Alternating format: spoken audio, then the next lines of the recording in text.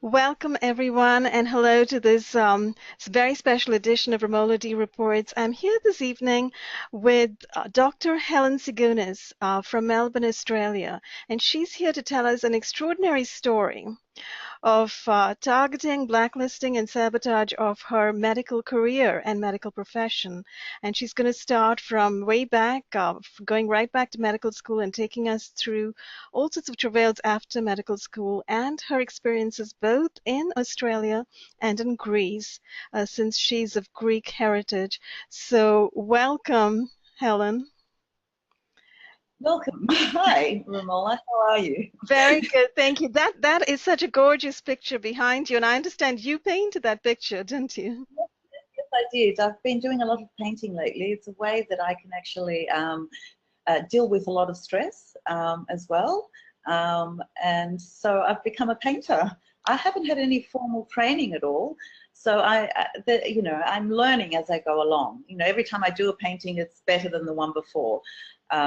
So I'm nowhere near as good as I should, as a formal painter is. But I That's try and I enjoy brilliant. it. It's a Oh, hobby at the moment.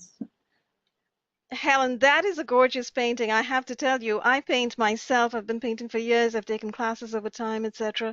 But if for somebody who's had no training to be painting in that style and in that fashion, and with such a great understanding of color and composition, goodness, you appear to be massively talented from my point of view, from where I sit looking at it. One of the better ones I've done. Some of them have not worked out at all. So, as I said, it's just a hobby at the moment that I've got into and that I really enjoy. I find it very relaxing, and it's really helped me a lot psychologically to actually have a hobby like that, to release all the stress that my life has had over the Yes, 25 sure, years, basically. sure. Absolutely. As you know, Helen, I'm still reading your book. I should say that Helen is the author of a book, The Redback Web, and she published this book 10 years ago in 2008, I understand. Oh, there's the book. Mhm. There's the That's book. a hard copy. Because all my hard copies have actually been stolen from my house Oh, dear. over and over again, and it happened in Greece and here. They have raided my house and stolen my books. This is one that I found that was hidden in a drawer. So this is the book. I'm not selling the book, but anyone that is interested in obtaining the book as a free PDF version, it's available online. So yeah, That's so brilliant. Yes, I know. anyone can read it basically, and it's there for everyone to read. You have the book now as a free download online, right? As a free ebook or PDF online? Yes, I think it's a book that is very much relevant to public issues that are arising in today's society, and I think it is in the public interest as well. So it's out there for free.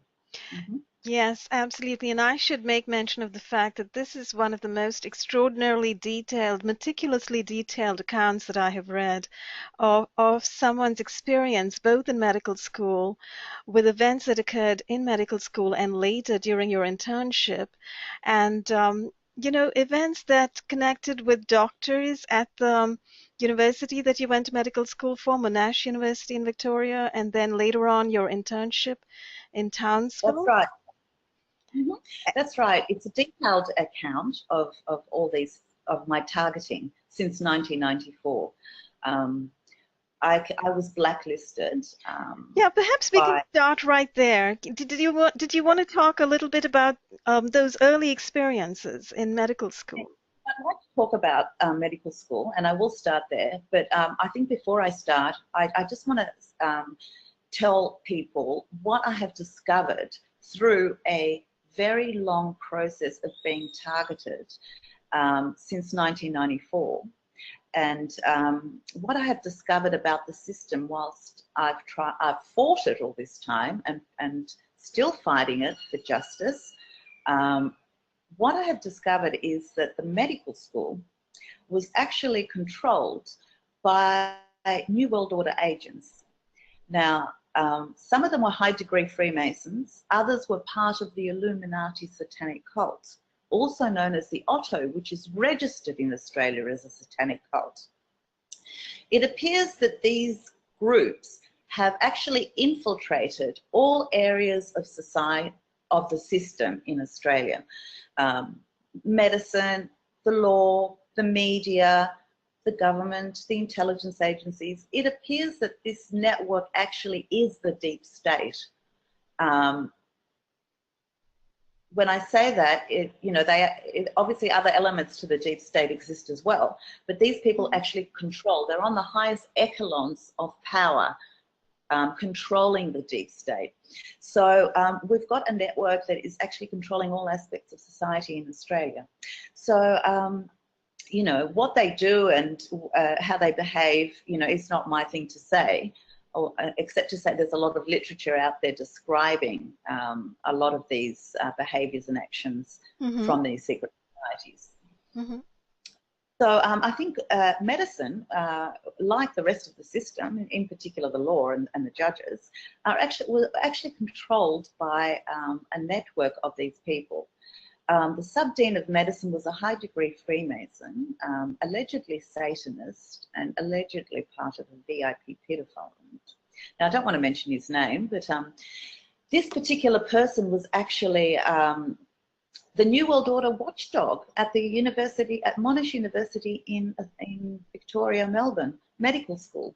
So it appears that his role was to sift out, you know, certain people from the system that were not going to be loyal robots of the New World Order.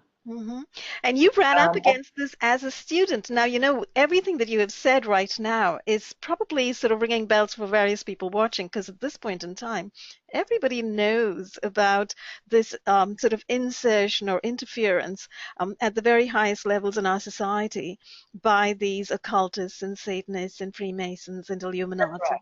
Who I don't want to go into power. That's right. Yes, I don't want to go into that too much, but except to say that I became aware that this is the structure of the Australian system at the moment. And one of the reasons where I have been blocked from obtaining my human rights to the law and justice as well is because this powerful network is as powerful as it is. And another reason is that the mainstream media, instead of reporting truth about my case, actually reported the lies and aided in the process of persecuting me further and humiliating me and just reporting lies on the case, on the court case, despite the fact that I had given them the correct information beforehand. So that goes to say that they had criminally conspired as well with the rest of them to actually persecute, destroy, humiliate, destroy my identity, my human rights to earn a living, my human rights to the law and justice, and my human rights to actually live a normal life. Yes. So they wanted to actually annihilate me. So it all started in medical school, where in fourth year medicine, I was at the Alfred Hospital in Melbourne, which is a Monash University teaching hospital. Okay. And I came across this particular sub-dean.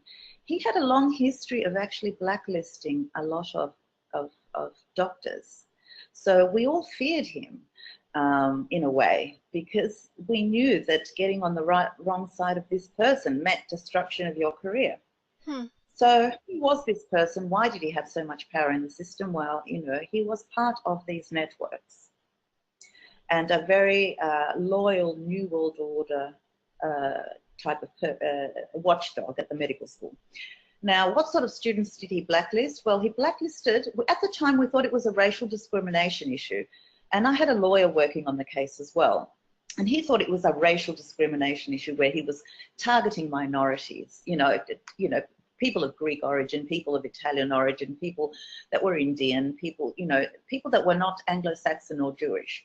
Now, of course, he couldn't, you know, he had a particular type of person that he was actually targeting as well. So it wasn't just a racial thing, it was a character thing as well. He tended to target people that were free thinkers, that could not be controlled, that were more ethical and empathic in their ways, people that had a very good ethical framework, that could not be destroyed, people that were resistant to a Luciferian type of mentality that was perpetrated through the medical school. Mhm. So that comes to mind, that they're actually, conclusion that they're actually sifting out people from the system that do not fit into their satanic New World Order. So that became clear with time, that was the motive behind it. There were a number of other students involved. Most of them that were blacklisted actually have left Australia at this point in time. Some of them are in the United States, some of them are in Europe. So, they are absolutely destroyed in America. And I have always wondered, who on earth is this one person? And who is he, being able to turn a whole system against you? What exactly happened actually in medical school? What did this sub-dean actually do to you and to the other students? How exactly did Well, he blacklist you?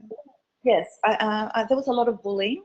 There Okay. was a lot of harassment, just all these degenerate behaviours that, a person of that standing, you're just in shock that they were able to behave in such degenerate ways, just a lot of bullying, a lot of, as I said, harassment. I'll give you an example of two instances. Mhm. One instance was there was a Jewish boy who was very into furthering his career in my year, and we were in a group together. Mhm. This Jewish boy was very friends with this sub-dean. He would come up to me and state, "Stop studying, because no matter how much you study, you're gonna, this person's gonna fail you. So there's Oh no my point." goodness. Another instance was when I was doing a ward round with him, me and this Jewish boy, we were in the group together. There was a sign between him and the consultant, and he actually left the ward. He suddenly left the ward round, and I knew he was told he was up to something, because it was very obvious from the looks. And so about a minute later, I decided to leave the ward round and follow him. And what I found is he was going through my bag, which was on the ward, with all my notes, and Wow. ripping them up and put them in the bin. Now, the funny thing is that this particular person actually ended up topping the year afterwards. So there was a This is particular, sort of open no, sabotage. He was actually ripping up your notes and throwing them away? they were harassing me in ways like that, which is not unusual. Incredible. It's incredible. Yeah, they were harassing me in ways like that, just to try and psychologically disturb me. Just before exams, this sub-dean was basically, trying to emotionally destabilize me just before my exams by a lot of bullying and harassment. Just a lot of little minor things that, are kind of like really important at the time, but looking back now, if I describe them, they're not that important. But at the time they were. Sure. Another instance, during that year, I also I had a little dog, a little Pomeranian, and she had epilepsy, and I was very attached to her. I used to study with her next to me. She was just company for me all the time, Mhm. and they knew I loved animals, and I was very attached to my dog. And for some reason, there was a girl in my year, which I don't remember her name, but I think she's mentioned in my book. She lived at the back of my house. Her house and my house had a fence that separated the backyards. Now, Okay. my dog did not disappear at all from the house. I mean, it was airtight. She could not disappear. Mhm. But my dog disappeared from my house during that time, and we looked everywhere for her, and put her on the radios and the neighborhoods, and just disappeared into thin air. And that actually disturbed me quite a bit. I was very attached to her, and we found out that part of the fence had been broken at the back. Oh, And wow. so the only way this dog could have disappeared was someone having fiddled with the Cut the fence. fence or broken the So, fence. so I've got a feeling that was part of these satanic sort of things that they do I'm so now, looking sorry. back. That is so frightful. At the time, I had no idea, but looking back, yes, that's what it was. And this girl as well, it's another indicator of she being used in that way, was that she actually got almost top the year as well. So, these two people who were by far not the best students were She's using also these in other, medical school with you. yeah, we're using these, we're being used by this particular person to actually, participate in a type of kind of harassment to satisfy his personal psychopathic, from what I understand, focus and obsession with destroying me. So yeah, things like that happened at medical school. Now, another important point about medical school is he was failing me. He had failed me when I thought I had passed my exams. So I repeated the year, and then he failed me again. This is after I had very positive feedback from all my examiners that I had performed very well. So I went up to him and I said, I want to see my papers to find out what I did wrong, why I failed again. He said, certainly not. So I got a lawyer at the time, a friend of my father's, who was an Indian lawyer, and he sent off a Freedom of Information request to the medical school, demanding that we see our papers. Now, 2 months later, they had 2 months to do this, so on the last day they revealed my papers and we looked at them and they were all very good.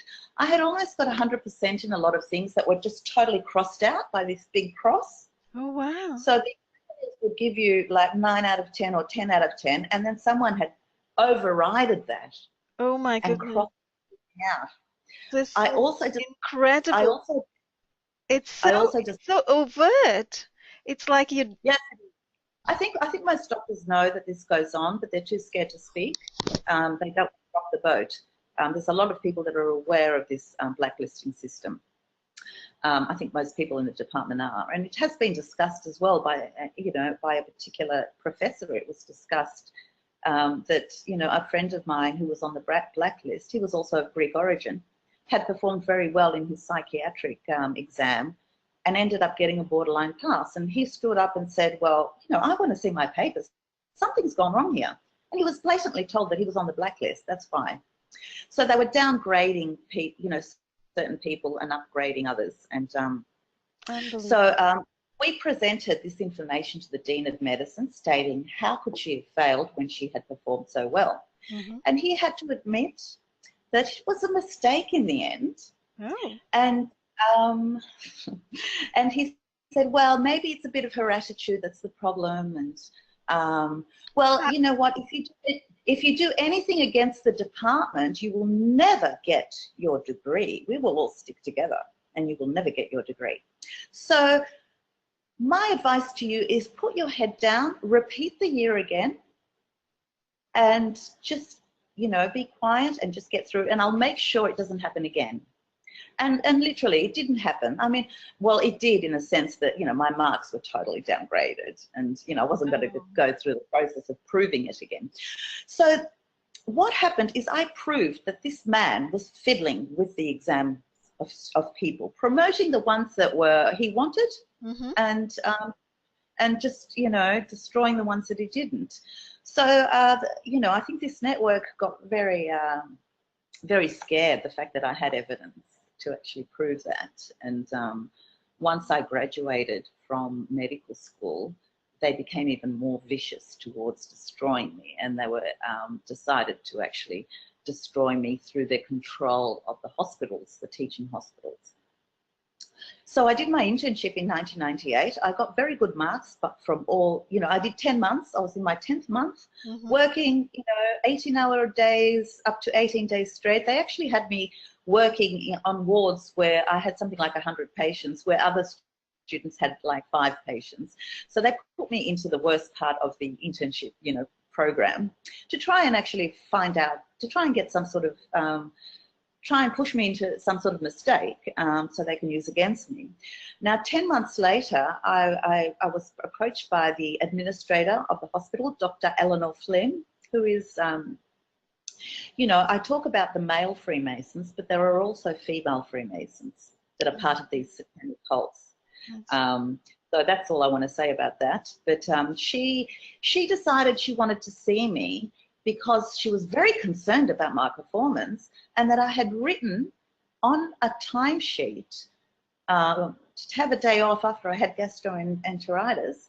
I had written sick instead of sick leave, and she thought that was a major area of concern. that was the issue against me. So I got a lawyer. I had no idea. So I got the same lawyer, and he, we presented in a meeting, and so she kept having meetings with me to actually come out with these little, really irrelevant things as areas of concern. This is in an environment where other interns were actually killing patients based on poor knowledge and negligence, and nothing was ever done. So during my internship, I knew they were after me, so I was photocopying everything I did.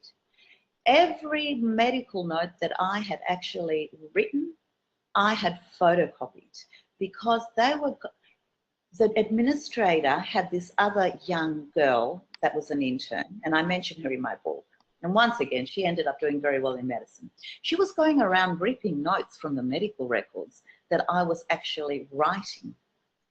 And, this is an attempt for them to state that I hadn't seen the patient when I had. So once again, she was promoted very well, and through medicine with her degenerate behaviour. This is one thing that I need to point out, that the bizarre thing about the system is the medical school was promoting degenerate type of behaviours, like these sort of really bad, degenerate acts of people, and rewarding that sort of behaviour, whereas punishing good behaviour, which is almost the reverse of what most people think. You're usually punished for a good behaviour, and yes, really, so the total inversion. So the reverse was happening. Another thing I had to mention about medical school is that I had a car accident that year as well, during the 1994 blacklisting, where my brakes snapped, and I nearly died in the car accident. I've got huge scars here and one on my forehead. And I don't know, I can't link, it could have been linked, but I'm not sure. But, not knowing these people now, retrospectively, they are capable of very degenerate acts, unfortunately. Mm-hmm. So on my 10th month of doing an internship, I was told, the administrator came up to me and she grabbed my pager after I did a night shift. So I was quite tired. And mind you, they waited after I actually worked 18 hours and 18 days straight before she did this. So I did all the work, Mm-hmm. And then she grabbed my pager and she said, you're suspended. Didn't give me a reason or anything. So once again, I get a lawyer, I get lawyers actually this time. Yeah, and we're trying to find out. Without a reason? You said you were suspended. Without a reason. And, my lawyers were trying to find, some sort of reason. What is the complaint against her? My lawyer at the time realized that it was, it was an attempt to actually destroy me, and God knows what they were relying on. So 2 months later, I get a letter from the medical board that the matter was referred to the medical board. The medical board said, look, Dr. Eleanor Flynn said you had lack of insight. And so, we want you to go through a psychiatric assessment with our psychiatrist. Now, my lawyer was very smart, and he said to me, they're trying to get you through psychiatry now. They couldn't find a complaint. Mm-hmm. They witch hunted me all that year and couldn't find an error, mm-hmm. And so they've decided to attack me psychiatrically. So what we did, we went and saw independent psychiatrists behind the medical board's back, mm-hmm. to assess me from top to toe. So I saw them a number of times, and I just said, assess me from top to toe, assess my insight, my judgment, my personality, my psychiatric, supposed whatever, if I have it. I said, just assess me. Mm-hmm. So the medical board was unaware that I had got these 3 psychiatrists, reports, which stated that I had a high level of insight, that I was intelligent, and that I was being persecuted. That was supported by all my intern assessments from the whole 10 months of my superiors, who had to actually report on my insight and judgment and competence and everything, and they were all assessed me very well. Mm-hmm. So I went to see the psychiatrist from the board, who said, you've got lack of insight, and I'm putting psychiatric conditions on your registration. So I was actually told to sign that I had lack of insight, to agree with the board I mean, how ridiculous is that? If I had lack of insight, I wouldn't know I had lack of insight, would I? So I was actually bullied by the medical board to actually sign a paper stating that I agree that I had lack of insight. And the medical board said, we will not find you a placement to complete your internship, the last 2 months of my internship, if you do not sign this paper. So my lawyer said, well, just sign it. So I signed it. And in the end, the medical board lied as well. They had blacklisted me to every hospital and no one would take me as a doctor to complete the 2 months. So yes, so that was the early on experience, which is described in chapter 2 of my book and chapter 3 of my book. That was Frankston Hospital in 1998. I was blacklisted.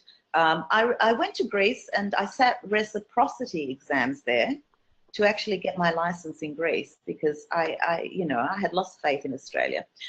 During that time, I had worked in Greece in anaesthetics, and I decided to come back in 2002 because I really wanted to live in Melbourne where my family was.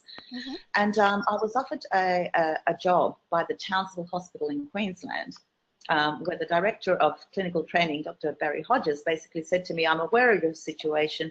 The boys club will not reach you up here. So he had reassured me that he was going to protect me against this network. So I started working at the Townsville Hospital. I registered with the Medical Board of Queensland. Now, Queensland said, because you've got psychiatric conditions on your registration previously, we want you to see our psychiatrist before you're employed. So I saw a psychiatrist, which is mentioned in my book, chapter 3. She saw me for about 10 minutes. Now, I was advised by a psychiatrist called Jean Lenane, who is head of the Whistleblower Association in Australia, to actually take in a tape recorder to the meeting, because she said, in situations like this, psychiatrists make things up. Now, I felt a little bit odd in taking a tape recorder in, and I thought that'll just feed the paranoia bit. So I thought I'll take my chances and just go and see her without a tape recorder. So she saw me for a little bit, wrote a report that I had paranoid personality, and then literally fraudulently made things up on the report that were never said. So Jean Lenane was right. I should have taken in a tape recorder.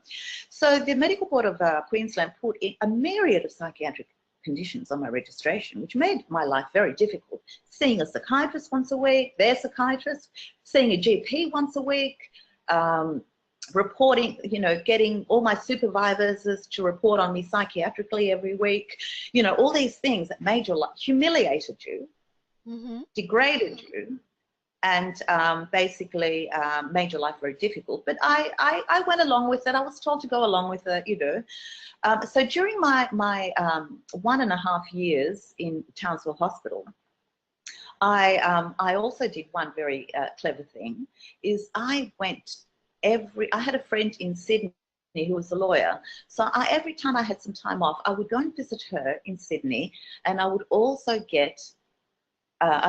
see a number of psychiatrists to assess my personality. So they were assessing me over a 1-year period, 1.5-year period, because I wanted independent medical reports. And I told them in particular, assess me for paranoid personality, because that's what the board claims.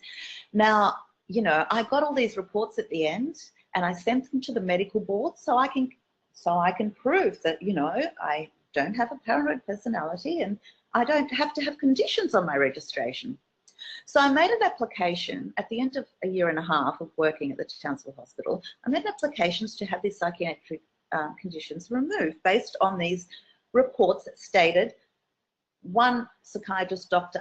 Uzos, said, absolute nonsense. You have no criteria based on the DSM diagnosis that could state that you were paranoid on any level. So the medical board didn't like that, and so my application was not going through, and I needed this new registration so I could work freely outside the hospital system. So my application was not going through, and so I resigned from the Townsville Hospital, went back to Melbourne to pursue it legally again. Now, I had in my favour, all my supervisors wrote brilliant reports. The director, Dr. Hodges of Clinical Training, wrote a brilliant report on me, stated there were absolutely no issues. The medical board totally ignored all the facts and all the reports. And instead, they said, we're banning you from the profession. So Dr. Karen Yen from the Medical Board of Queensland came out with a report after a 2-day investigation on my performance after I left the hospital. She came out with with 2 false complaints, and she signed this document. She stated that I sent a patient home with acute bacterial meningitis. You know, I did a lumbar puncture on the patient. The results came back with acute bacterial meningitis, and I'd sent them home. And didn't all without this identifying it very at Townsville. much later? Didn't this happen about 9 months after you had left the hospital? Yes, yeah. Well, the medical board had 2 months to make a decision based on my application. They issued me with a notice stating this is the complaint against you, and it's a serious one. They also said that I tried to do a vaginal investigation and instead put the speculum or the swab into the wrong hole. So they were the 2 complaints without identifying any patient. Now, you know, you've got to understand that the perversion of these people would quite, you know, explains the nature of the complaint. Sounds like it. That I got it in the wrong hole, basically. So they had to fixate on something like that or come up with something like that, right? No, we're talking about perverted individuals that are part of these networks. Yeah. So I basically replied that, you know, it's false. I want the patient's medical records to find out who the patient was, and they were refusing to give me the medical records. A year later, they still had not made up their mind. So during that 1-year process, they realized they didn't have enough information against me. They didn't have enough. So what they did is the medical board used taxpayers' money to employ the most powerful QCs in Queensland to witch hunt me during a 1-year period after I left the hospital. To witch hunt me. They even interviewed cleaners about, you know, do you have anything against them? So they went through everyone, whether I worked with them or not. And some doctors that I knew said, oh my God, they're coming to the hospital, you know, 6 months after I'd left, interviewing everyone, nurses, getting them to go through everything, looking for any complaints. So they came forth with certain added complaints a year after I left the hospital. For example, one nurse said, when I wrote an order down of anginine S/L, which means sublingual, my L looked like a C. Now that was grounds to bar me from the profession. And that was the type of complaint the medical board used against me. So extraordinary. I mean, considering the fact that doctors usually don't know how to even sign their names. Well, I mean, that's just they have ridiculous. A bad control, right? I know the stereotype. Yeah. So we identified the meningitis patient by subpoenaing the records. Basically, there was no meningitis. The medical board had made the whole thing up. They had falsified the documents, the reports, the results of tests, created a scenario that was totally out of touch with the medical notes and reality. Then they had to support what they started this with a lie, so they had to try and create a lie from the truth, you know. So what they did, they used the method of repetition. So they got a number of doctors from the hospital who were, you know, largely part of these Freemasonic networks. And one doctor that I'd never seen or worked with, to write affidavits stating detailed false evidence about what I did about this patient, this meningitis patient. Now, they went through so much detail, like, you know, she basically, she did a lumbar puncture. The results came back proving acute bacterial meningitis. She then sent the patient home. So details, which meant that they were familiar with the patient. Under cross-examination, none of these doctors had seen the patient. None of these doctors had read the medical notes, but over a 1-year period signed affidavits stating these things and gave evidence against me. So they tried to create a meningitis patient out of someone who just had a simple headache. And it was, the patient's name was Jared Young. He was suffering from migraines based on occupational. He worked in a mine. So that was his diagnosis, which was, and he had presented many times to the hospital with the same headache. So, so they tried to create they criminally conspired to perpetrate fraud in order to persecute and destroy my career. Now, the doctors involved in this are all named and were cross-examined at the district court hearing. Dr. David Cooksley, Dr. Neil Small, Dr. Mark Elcock, Dr. Julia Ashley. I think that was it. So all these doctors, without having seen the patient, read the medical notes, wrote detailed false information about me, about a supposedly acute bacterial meningitis patient when it didn't exist. And the medical notes have been subpoenaed, were before the court, actually copied in my book, and prove that they knew the truth all along because the medical records were there. And it takes a 1-minute process to actually get the medical records of a patient. So they all knew the truth, including Dr. Karen Yen from the medical board, and she basically criminally conspired to perpetrate fraud against me, which is a criminal offence. Now, okay, the other issue with so the other patient, the vaginal anal mix-up, that was actually, that was the same doctors talking about signing affidavits in relation to that. When cross-examined, none of them had seen the patient.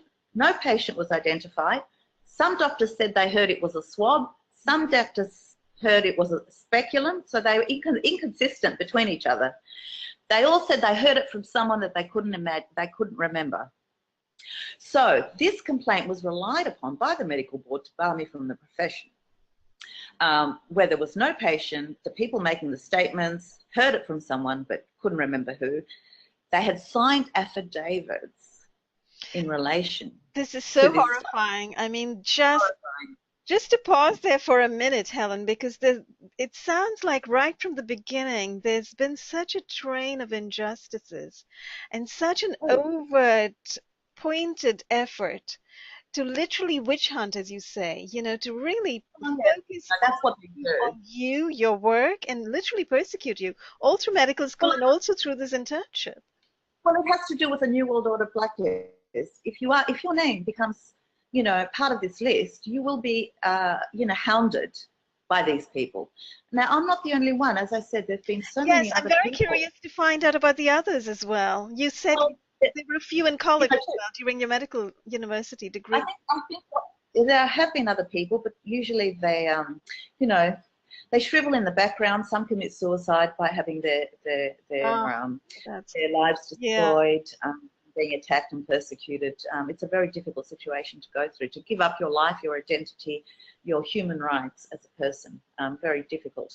Now, another issue with my case is I had employed Mark Dreyfus QC, who is a So this enters the whole world of the legal side of it, right? Where you also faced injustice of horrendous proportions there. Well, these New World Order blacklists are basically being blacklisted as a threat to the New World Order. Okay, so any Freemason in the system can actually place you on the blacklist. The New World Order is to do with the Zionists, Zionists, these Illuminati families that are trying to create a New World Order. They're mainly Jewish people, Zionist Jewish people, but not only. There's other people involved as well. And the Freemasonry they're robots. So they use the Freemasonry to actually carry out the crimes they want to create and also cover up their crimes. So I guess what I want to say is that the Freemasons are very involved in my case. So this was an issue with the system, not with just the medical profession. So then I employ one of the top lawyers in Melbourne, who is currently the Attorney General QC and who actually became the Attorney General after my case. He was named Mark Dreyfus. I also had a barrister, Jane Dixon, and also a Leonie Brassier lawyer. So I employed a whole legal team to actually get me some justice, and save my career as a doctor. I think at that point we should also point out that you were literally fighting to be recognized as a doctor, because this had to do with your registration as a doctor, right? Your basic medical. Well, yes. The medical board decided to bar me indefinitely from the profession based on these issues. Right. There've been a number There have been a number of people that are part of the Illuminati satanic cult that were involved, like one of the head psychiatrists that said that I had lack of insight. And there have also been a number of high-degree Freemasons involved in making the false complaints against me. So I go through the legal profession. I employ Mark Dreyfus for 9 months. The details of that in my book, Chapter 4, called The Dreyfus Legal Team. What I found was astonishing, shocked me to the core. My own solicitors were trying to cover up the administrative errors made by the medical board that would have won me the case. In reality, I had won the case before it even went to court based on the administrative errors and the legal errors as per the Medical Practitioner Registration Act, which the medical board is bound to follow. That's the law that the medical board has to follow. So the medical board does not have 1 year to consider an application while they witch hunt you. They have 2 months. Do you know what I mean? To make a decision after, you know, you reply back to them. So Mark Dreyfus was covering up the administrative errors made by the medical board. He was covering up the process. Secondly, he was basically getting rid of and burying all the evidence that was in my favour and trying to create a new reality around the case that was false. I had confronted him many times with written instructions. Now, I saw Mark Dreyfus once a week for 9 months, and after every meeting there was a memorandum. All these memorandums are actually published in my book, Chapter 4. Now, I confronted Mark Dreyfus and said, you are manipulating the case against me. He was refusing to mention Professor Robert Adler, who was the head of the medical board, and head child psychiatrist who actually started the psychiatric issue against me for lack of insight, Professor Robert Adler. He's mentioned in my book a number of times. And you know what I found with my research into this issue, I found that Professor Robert Adler is actually used many times in court cases to cover up satanic ritual abuse of patients. So he's the psychiatrist that is called by the government to cover up satanic ritual abuse cases. And one of the major cases in Victoria was the Santa Maria case that went through VCAT. And the details of that are in my book, Chapter 4. So yes, Mark Dreyfus was also a Zionist Jew, but I didn't think that was you know, important when I employed him. I thought, you know, so what? What if he is Jewish, Greek, Italian, you know, Muslim? I didn't really care, you know. I didn't think that it was an issue, but in retrospect, I think it was an issue. So just a week before the hearing, I said to Mark Dreyfus, you include the truth about what went on you know, during the medical board's process and the administrative errors in the court case. And he said, I refuse to. With this judge, you will not get what you want. So he basically told me that the judge that got appointed, Judge Clive Wall, was not going to do what is legally correct. And he was not going to argue anything that the judge didn't want. So I said, you do this. You are my QC, you have been paid for 9 months, lots of money over, you know, the legal team had received, and you are to follow my instructions. And he refused. So another thing he was trying to do is he was trying to get expert witnesses to actually go through the medical notes of the patient and give an opinion, so expert opinion, of people that had nothing to do with me and my work or had never seen me before. So I said to him, I would like to have Professor Paddy Juan as a witness, as an expert witness, Dr. Papagelis, and Dr. And I said, these people can actually assess the evidence and give their expert opinion. Mark Dreyfus refused. Oh, Mark Dreyfus refused. Can I interrupt you for just 1 second? Helen, I think just now your audio was kind of messed up a little bit. Right. Well, I mean, you know, they're going to be fiddling around with this, you know, for yeah, sure. I know, but we just lost one little sentence. I think the name of the person or somebody that you were alluding to just now. Not Mark. Yes, Mark Dreyfus. The other person. Um, The boo. Well, Uh, you'd wanted to have a special professor, right? Who had some knowledge right. of your work. Yes, I wanted to have Professor Paddy Duan, Doctor, and three expert witnesses that I was told were very good doctors and would give a very honest opinion. Mark Dreyfus denied me that. He said, I'm not doing it. He said, you're going to get Professor Rodney Judson from the Royal Melbourne. He just happened to be very affiliated with a high degree Mason himself, a Zionist Jew himself. And I said to Mark Dreyfus, I don't want him, because it was clear to me that he was very connected with the psychiatrists from the medical board, very close, Wow. who are both the same networks. I said, no, I don't want him. So Mark Dreyfus went off and got him, charged me $5,000 for the report. This is against my instructions. And of course, this person said, yes, there was a meningitis patient. Now, when I cross-examined this person in the courtroom, he had no idea whether the patient had a fever. He had not seen the medical reports. Oh my He goodness. was just told. Yeah. He was just told, write this down and get $20,000 for it, you know. Oh. And so so Mark Dreyfus said, no, I'm not doing it. I'm not going to argue things that we had agreed on initially based on our contract, because this judge is not going to give you what you want. So I wrote a complaint against Mr. Mark Dreyfus. It's actually at the Victorian Bar Ethics Committee, which he was a part of.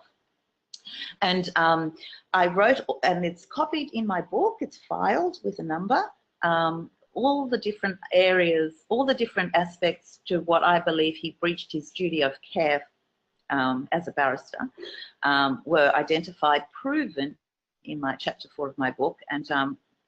And the Victorian Bar Ethics Committee said, Mark Dreyfus has ceased to be a member of this committee since your complaint, but we don't find any evidence of any of the things you say. And it was clear-cut evidence, of course. So I was left without a lawyer. So I find last minute an Italian lawyer called Prospero Francesi, who decided to take on my case. Now, one of these issues with being targeted is you cannot find lawyers. And if you do, the lawyers are actually approached by the intelligence agencies, and some of them are paid off to obstruct the case, others are coerced, but what they have to do is obstruct your case and pervert the course of justice. That is their job through and through. Now, I didn't know that at the time. So when I presented at court during the district court hearing, the judge said, no, I'm not allowing your lawyer to act for you. You will be doing the case yourself. I give you 3 minutes to prepare yourself. So I said to him, do I have a choice? No, I want to adjourn. I want to find another lawyer if you don't want this one, you know. He said, no, you are doing the case yourself. You do not have a choice. Get ready. So I had to conduct the case myself. Now, an important point about this, we all knew the judge was going to witch hunt for a negative finding. We all knew that. But I realized my role in the whole situation was to make it hard for the judge, to put in enough evidence in the courtroom that he just couldn't make a finding against me on any level, except if he was going to fabricate it, which means he was going to put himself at risk. So I actually conducted the case at the Supreme Court hearing. Now, one issue that I need to bring up was this judge was persecuting me from the start.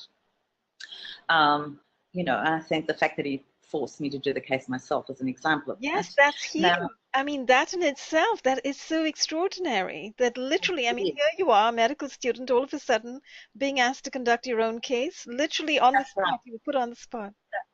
That's right, Romola. It was just incredible. I was crying in front of the judge. No, I don't want to do this. You know, and he was just, he didn't call me doctor for the whole time. Miss Tsigounis, get yourself together and start cross-examining. Yes, that's the sort of behavior I got from the judge. Oh my God. Now, it was a Monday, and, you know, I had cross-examined patients all day. In the evening, I was reading up on the law and trying to find out which witnesses are for the following day in order to prepare myself. What the medical board was doing was switching witnesses. So by the end of Monday, it was a case. I read about that in your book, outrageous. They kept switching witnesses on you. That's right. They kept switching witnesses, so I wasn't prepared. Yeah. But anyway, so I conducted the hearing. On the 4th day, on the Thursday, I hadn't slept for 4 nights. I was living on coffee, literally, and Red Bulls to try and, you know, save myself. It was just Yeah. a survival thing to save my career. And I walked into the courtroom Thursday morning at 8 a.m. and I had photocopied some articles based on the fact if you do not sleep for 24 hours, your blood alcohol level is 0.05. If you haven't slept for 4 days, well, you're basically drunk, you know, in a drunken state. I had trouble picking up a paper. My motor skills weren't functioning.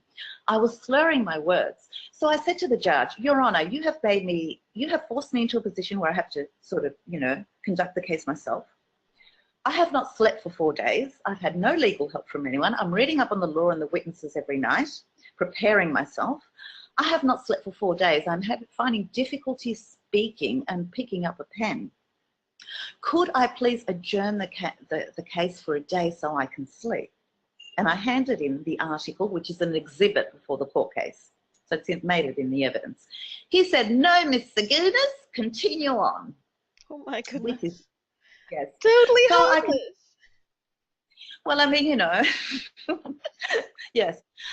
So, you know, what can I say? You know, I was in really. shock. So, I mean, I was beyond shock with this judge, beyond shock. I mean, I reached a point where I expected any bizarre, unlawful, unjudicial behaviour by this judge. You know, I was expecting it after Completely a inhumane, it sounds like, you know. So yes, and so you know, I actually conducted the whole case myself. And another an example of lawyer corruption that I need to point out just quickly is one of the lawyers that I employed, Philip Leach. Philip Leach. He was actually trying to acid strip me, and the whole point of the legal and judicial process in a case like this is to acid strip the person. It So certainly sounds like it. I've spent over $1 million in legal fees, and in the end, I had to represent myself.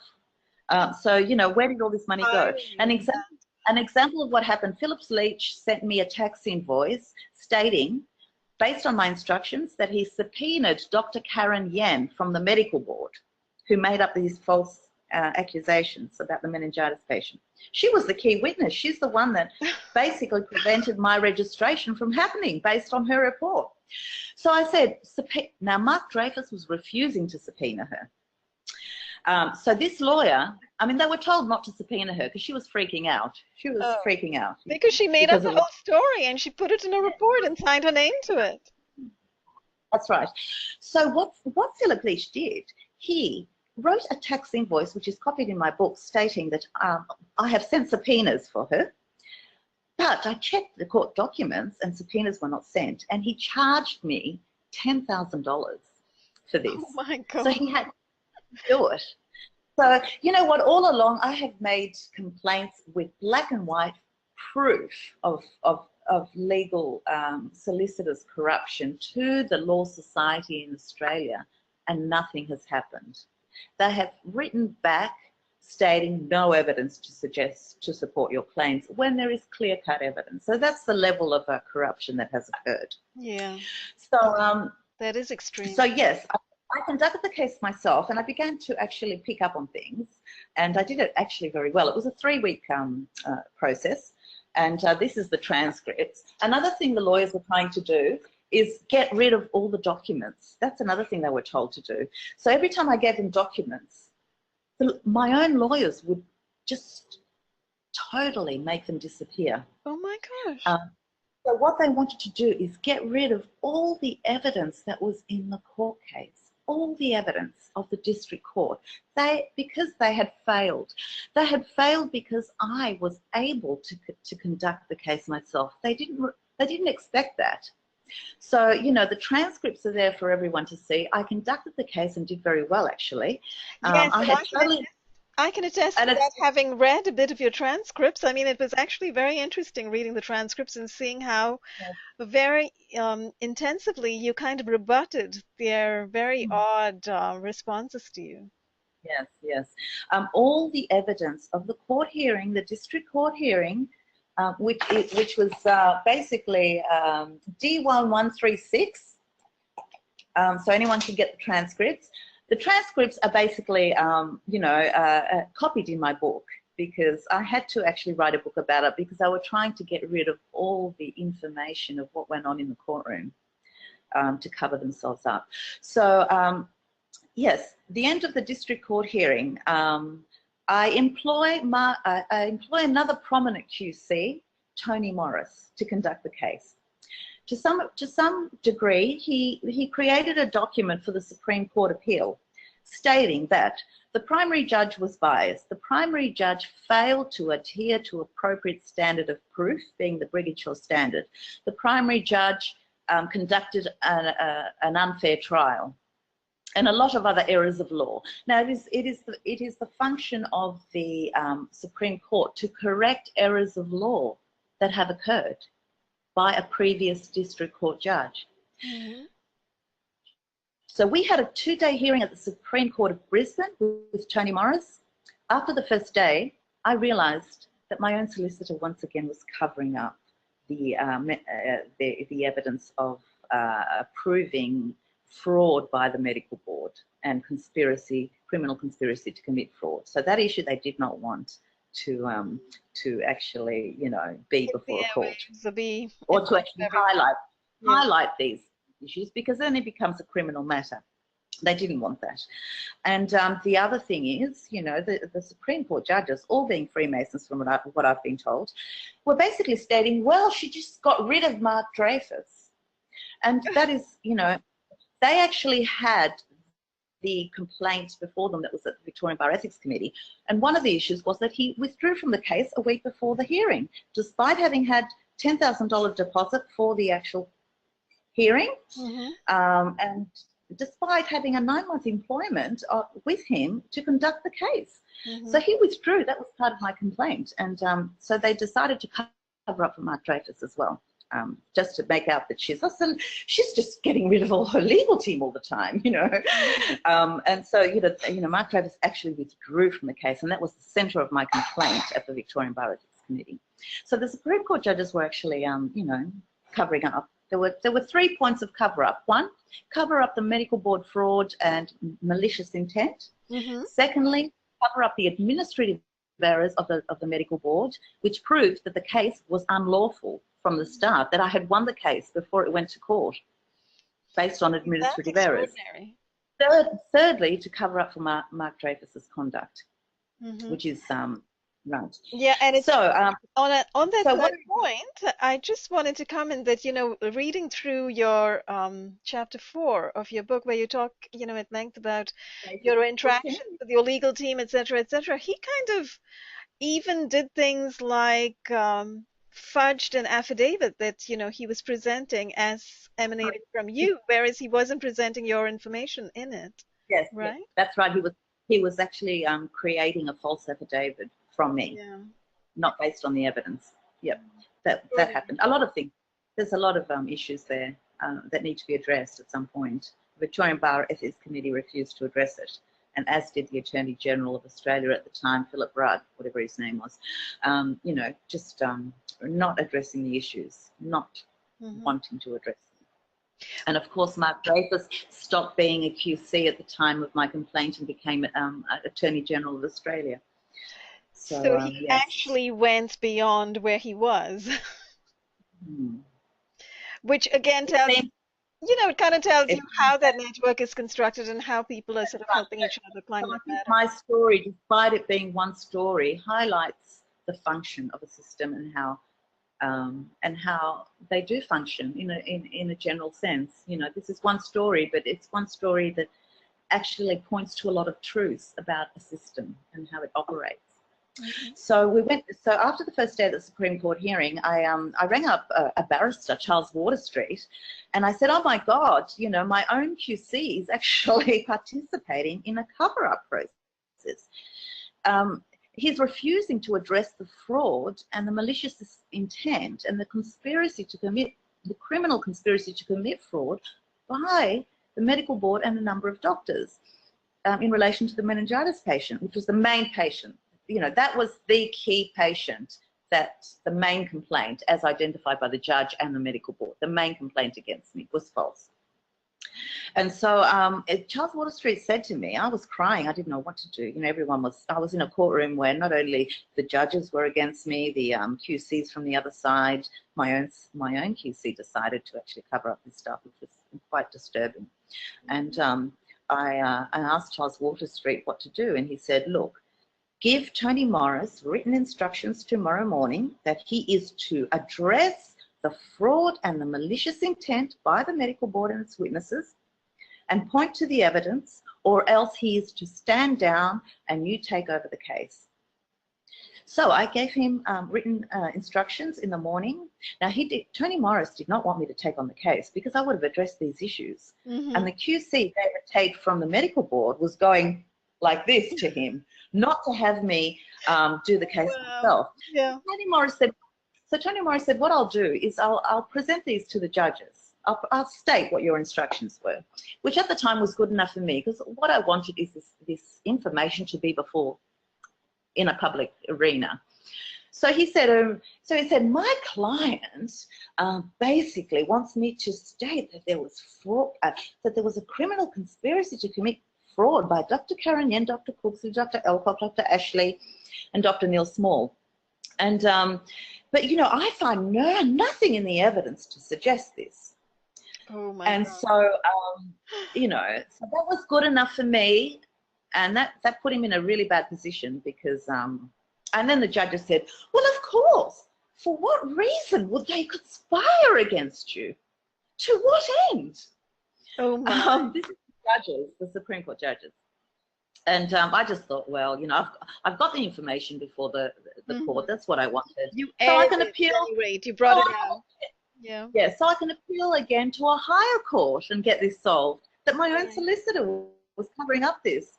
So my book is in detailed the detailed account of what happened with Tony Morris during the two-day court hearing. The transcript is in the book of what was said between the judges, me, whatever, etc. And what is most important about my book is it verifies that there was no meningitis patient, that the medical records of this patient were totally falsified. I did not perform a lumbar puncture.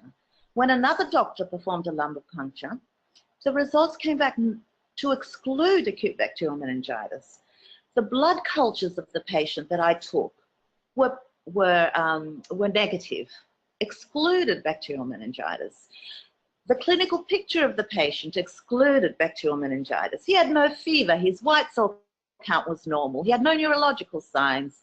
I observed him for 4 hours and he was fine. Didn't even have a fever. So where this acute bacterial meningitis patient came from, well, it was from a malicious lady doctor called Dr. Karen Yen from the medical board. Now, all I want to say is that I appealed to the High Court of Australia. I did the document myself. By that stage, I had lost faith in solicitors. There was no point, you know, and I had realised that I was capable of doing it myself. So I had realised I was capable of doing the case myself. So I basically did a document to the High Court stating it was in the public interest to address this case. There was something like 15 errors of law presented to the High Court. They obstructed it from being heard. They said, we are not giving you leave to appeal to hear the case, full stop. So it was basically blocked there. I wrote to the Chief of Justice asking for a judicial review based on all the errors of law and etc. that is available. This document is available for anyone to see. It was presented to the Chief of Justice. He said, I'm not going to reply.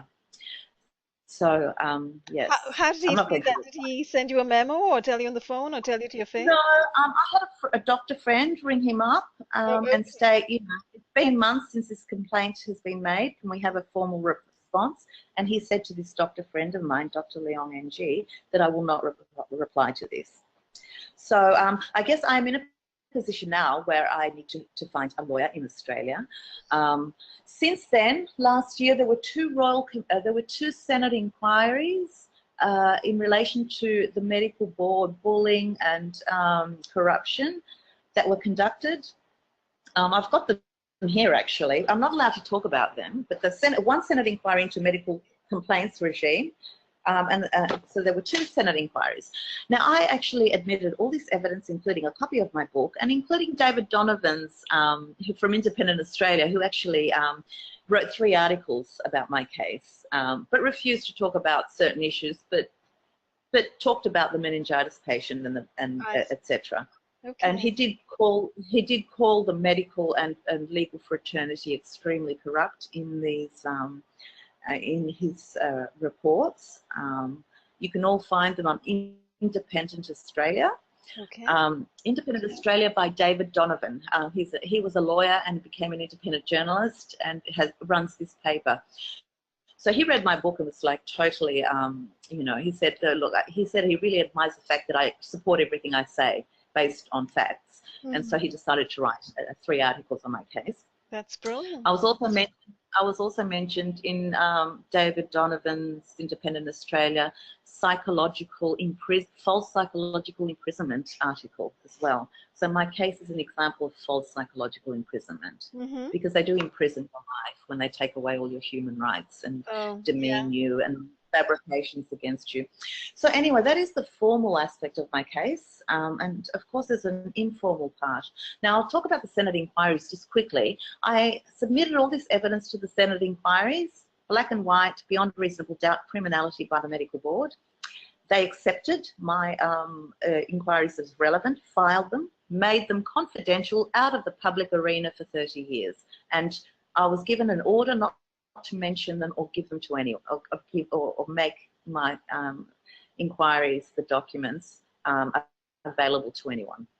So that was the Senate inquiry. Even possible? I mean, how is it legal to do something? Well, I think it's called a gagging order, to tell you the truth. Right. Yeah, it sounds like it. Yeah. I think they're federal Senate inquiries, so it was on a federal matter.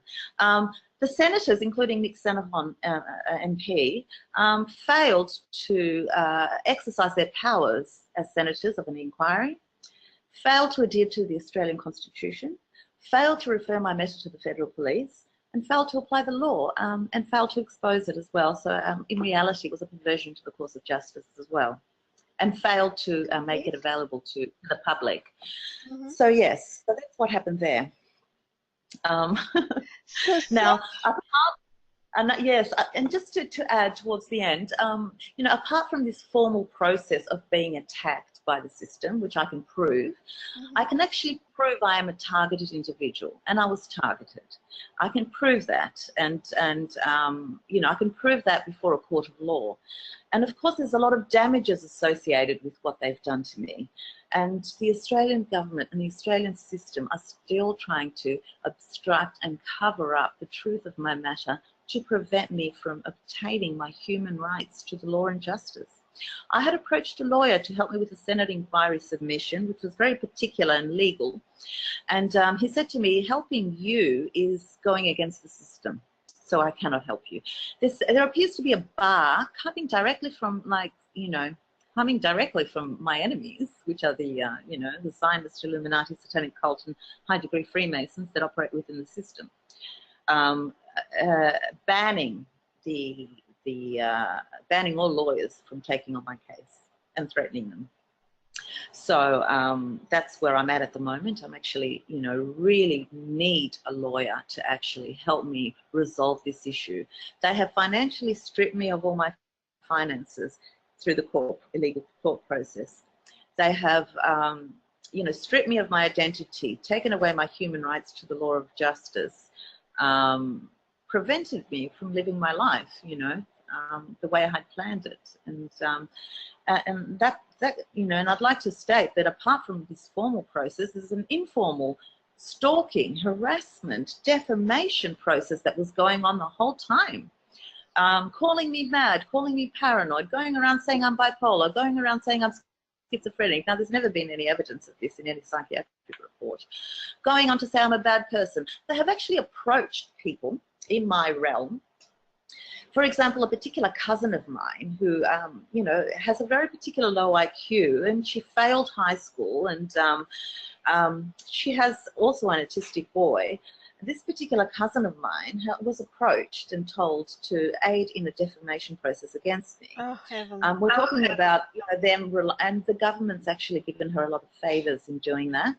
I had approached the Greek church for help, and they were in two minds about helping me. And so they used that cousin of mine to actually state nasty things about me, to actually make sure that the church doesn't help, because that's an institution that is quite powerful. And if they'd helped me, then, you know, I would have resolved the situation. So they've been, you know, they've basically, intelligence agencies have approached people like her. She's thinking she's important now. She's doing something important, getting favours from the government for her autistic boy and her daughter, jobs, government jobs, things like that. And also payouts as well, money. And that's how they're doing it all around the world. This is the New World Order, because this is the exact, you know, formula in action everywhere, even in the US. You know, this is how they are helping neighbors renovate their houses, you know, put their kids through college, send them to Hawaii on holidays, etc., just so they can target and defame somebody in the neighborhood. That's right. She's received a number of free trips and jobs for her daughter, and government jobs and things like that. Yeah, so so it comes back to the point. Yeah. It comes back to the point where what they're doing, this New World Order, is they're destroying intelligent people and punishing them, and promoting people with very low IQs and giving them power. Exactly. So this is how they're changing the system around, you know. And another cousin of mine who I haven't seen for 30 years, but of course she was approached, and she aided in a defamation process against me as well. And this particular cousin didn't get through Year 9 school, not even Year 9. So once again, very low educated, low IQs, and then she was offered a government job. Mm-hmm. But, you know, they're also turning people in families against each other doing this kind of thing. Imagine, I mean, the absolute cheek, the arrogance of approaching somebody in your family and turning them against you, you know? And well, they do that. I think a lot of people are actually manipulatable.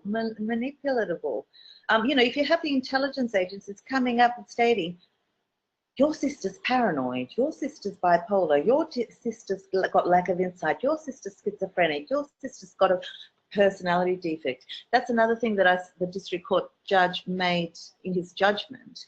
He said that she is highly intelligent and complex. She is up herself. She has a personality defect. Now, a judge to come out with a psychiatric diagnosis, for God's sake, is that going against, is that acting against, you know, is that acting above his powers? I would say yes.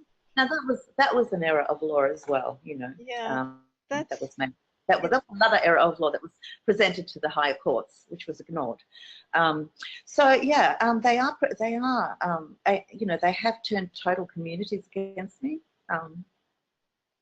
They have basically approached people. They have aided in defamation process. I do have the Jewish community against me here in Australia because of Mark Dreyfus. They're trying to cover up to him just in case something, you know, gets to the surface and is revealed. Mm-hmm. So I do have a lot of people against me. Now, they have given a lot of people, you know, I believe the Illuminati have bribed judges, have bribed solicitors, have bribed my own QCs, and have also bribed members of the public as well, that are involved in also members that are involved in decision making in relation to my case have been bribed. And I wouldn't be surprised if they bribed the senators as well to cover this up. Mm-hmm. So it's what they do, how they... It seems like this is how they operate. I mean, they've got this network going. They're engaging in absolute fraud and criminality. They're doing exactly what they please. They just take a dislike to somebody. They don't want somebody to come up in the world, come up in society. They send people to, you know, tear up notes that they take at you know, during their schooling degree, and then they fabricate stories about bad diagnoses and bad judgments. They get a psychiatrist to say that you suffer from lack of insight, even though you've gotten rave reviews from various doctors and psychiatrists who've assessed you. And then they literally stop you from graduating completely as a doctor. They stop you from being registered and stop you from practicing. Well, I was registered as a doctor, but I was trying to get the psychiatric conditions off my registration. Right. That's what my application was about, and instead the medical board barred me from the profession. That one fraudulent thing that the judges did they tried to even change what was appealed in the first place, because the medical board had barred me from the profession. Yes, You that's know, what I those, was talking about actually, that they had barred you from the profession. How could they do that? so I appealed a decision against that. Now, the judges didn't want me to appeal a decision against that because, and so the Supreme Court judges started changing around what the medical board decision was that was appealed. Because, I'll tell you why, Mhm. because if you are struck off from the profession, it is a grave situation. A lot of gravity is associated with it. Yes. Mhm. It means the standard of proof that needs to be applied to your case is not the civil. It is the brigandshaw, which is close to the criminal, which is beyond reasonable doubt. The evidence has to be beyond, almost beyond reasonable doubt that this has occurred for her to be struck off.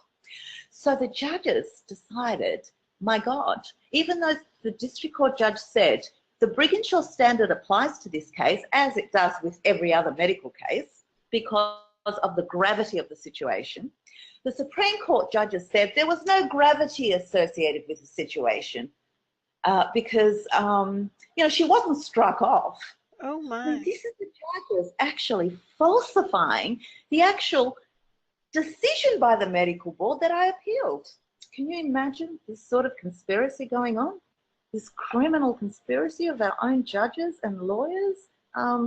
Look, I mean, it is just absolutely tragic. I've suffered severe post-traumatic stress from all of this. I can't sleep at night. I have nightmares. Very depressed at very depressed at the moment, and I have been ever since. The level of corruption basically is astounding. It Yes. takes away your safety. You don't feel safe Mm-hmm. Mm-hmm. um, in a society where you're not protected by the law, and And it people can takes just go away, around doing. it attempts to take away your entire selfhood, your sense of identity, your sense of who you are, because you've gone to medical school, you have your degree behind you, you've been practicing, you've been working as an intern, and then all of a sudden you're barred from the profession. Oh, and I wanted I to was ask you. actually working above an intern. I was actually working as a registrar as well, Oh, and as and a I had also, registrar, as a second year and doctor. I had also yes, and I had also done 3 years of anaesthetics in Europe. So Yes, and it that's was, what I wanted to ask you about. So in between, you kind of left Australia, you went to Greece, and you worked in Greece, and you had experiences there as well. And you made some comments recently well, to me about the yes. level of corruption there not being as high as in Australia. Well, yes. I guess what I want to say is, I was a targeted individual. I had no idea that these things. I had no idea what really was going on. I knew I was targeted by the government, but didn't know it was the intelligence agencies. Didn't know there was a whole intelligence agencies. They're all very connected throughout the West. Yeah. I'm aware of these things. I decided to go to Greece for a holiday. My sister paid for it, and she said, "You need a break from all of this." This is after the High Court decision, which totally destroyed me. I had faith that the High Court would correct Mm-hmm. these areas of Right, law and right. do what they. I mean, if the judges are not doing what they have to do legally, I mean, And it's they're the like ones going that to a say doctor. there are 15 errors It's of law, and we're not going to tell you what they are. it's like going to a doctor stating, I need this therapy, and then refusing to give it to you, and instead trying to harm you. I mean, it's similar. I mean, Yes. one thing I said to the judge, Your Honour, you have placed me in this situation to defend myself and I'm not a lawyer. And he said, yes, it's just like me doing surgery on myself tomorrow. So he had actually basically acknowledged the total bizarre behaviour and ridiculous. Acknowledge, but Um, wouldn't roll it back, wouldn't change it. that's in the transcript, so I'm not making that up. It's in the transcript.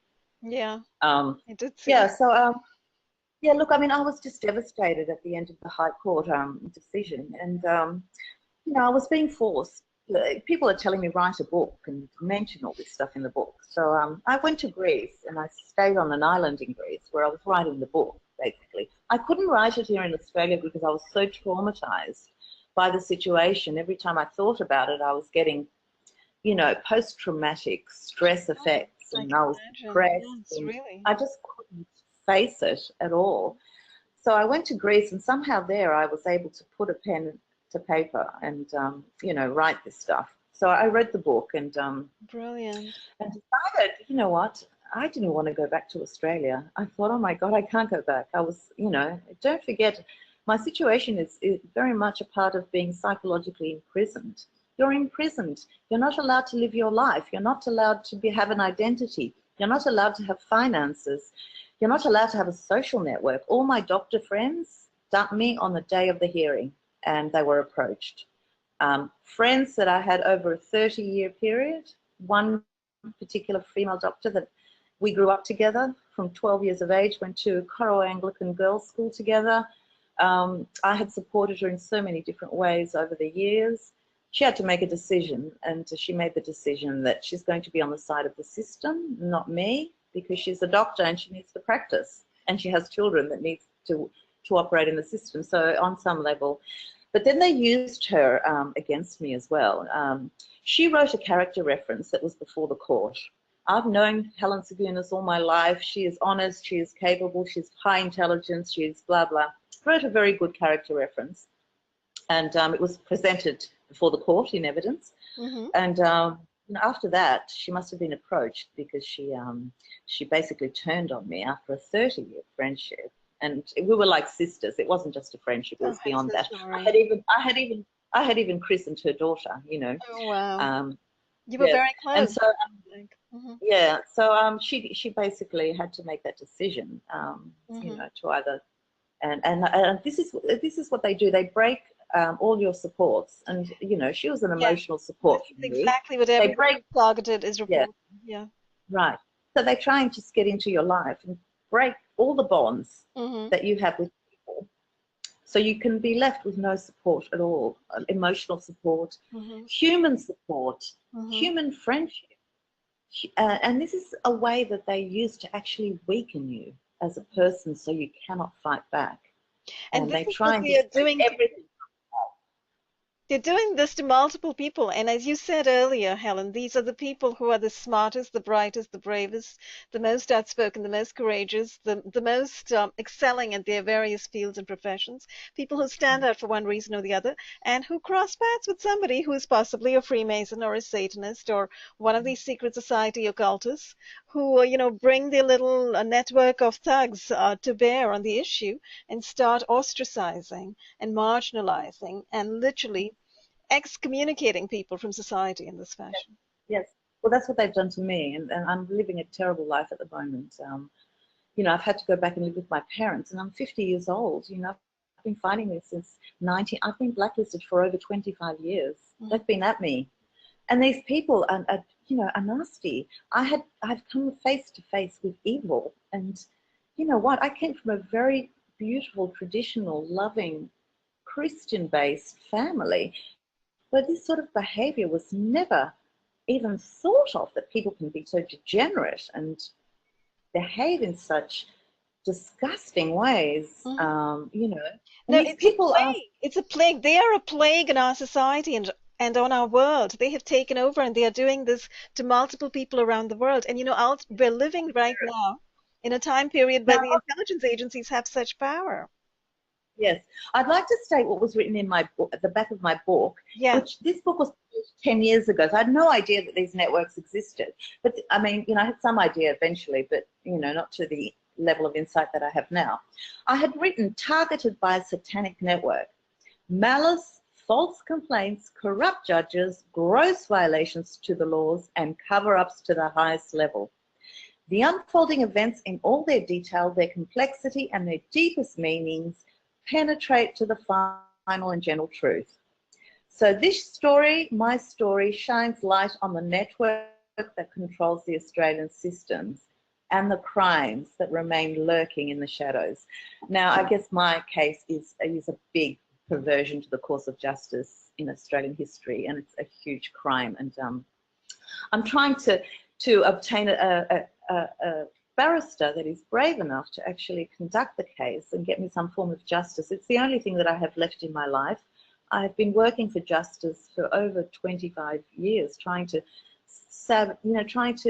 salvage my career, my life, and then being confronted, not protected by the law. And I feel very, very vulnerable to the point where these people can do anything they want to me and the law will not protect you. So in other words, I'm an open victim where anyone can commit any crime. The intelligence agencies have said any crime against her will be covered up by the system.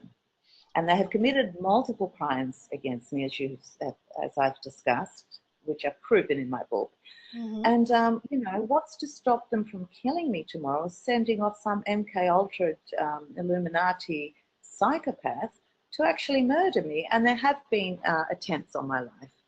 And that's all I'm going to say. There have been attempts, and the orders are coming from that particular network, unfortunately. Yes, I'm very sorry to hear this, but you know, this is the exact story that I hear from others who are being targeted by these Yeah. vile networks. Exactly the same thing. And the question you raise is a very good one. What's to stop you from being killed? Because literally, these guys don't stop at anything.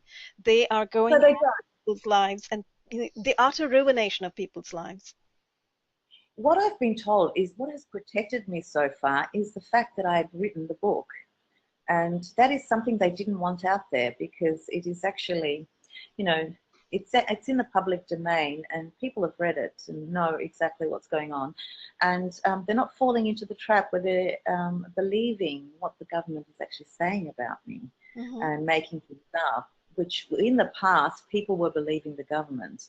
You know, she's this, she's that, she's blah, blah, you know, Mm-hmm. whatever sort of information they could use it against me, they have. And if they don't have it, they'll make it up. Or they will pay people to make it up, like that cousin of mine, to actually defame me to the Greek church, so the Greek church won't help me. And she's been getting favors by the government. Mm-hmm. But and when I say government, I mean the Masonic network, you know, which Right, is beyond which right. is really beyond the government. This Illuminati network actually controls the intelligence agencies. They are part of the intelligence agencies that create that together they are the deep state. And you know, in the end, I was actually blacklisted to the deep state, which is run by the Illuminati. Whether you want to call it a New World Order blacklisting or intelligence agency blacklisting, it's the same thing. You're blacklisted to this network of people, and these people have a lot abused taxpayers' money. You know, they have been stalking me. Mm-hmm. The Medical Board of Queensland spent millions of dollars paying solicitors to witch hunt me over a 1-year period and interview absolutely everyone. The most bizarre thing of the complaints was a Dr. Neil Small, who basically signed an affidavit stating Helen Tsigounis has not improved during her time here and has not reached an appropriate level of standard. He gave evidence against me based on that document. When I cross-examined him, I said, "Have I ever worked with you?" "No." "Have I ever seen you?" "No." "Were you on holidays when I worked in the emergency department?" "Yes." So he wasn't even in the hospital, and they used this Absolutely person astounding. to make him. Yeah, I did read that bit about Dr. Small, not even being there, but stepping forward to Well, complete I think what they did is, yes, they got a number of these Masonic doctors who are loyal to the New World Order to actually participate in this conspiracy to commit fraud against me, and were told that they will be absolutely protected because we run the system. And so far they have been protected because, you know, once again, the Senate inquiry didn't do anything. And, you know, it was basically their function to actually refer criminal matters to the federal police or open up a royal commission or investigate, which they didn't do. Instead, just participated in what I believe is a clear cover-up of my case. hmm Unfortunately, this sort of thing has been going on for a very long time.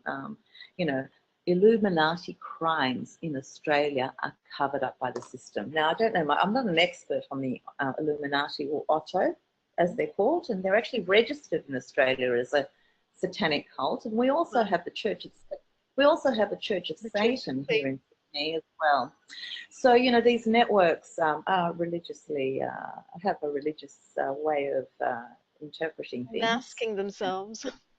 And I think there is a huge hatred for people who have Christian backgrounds.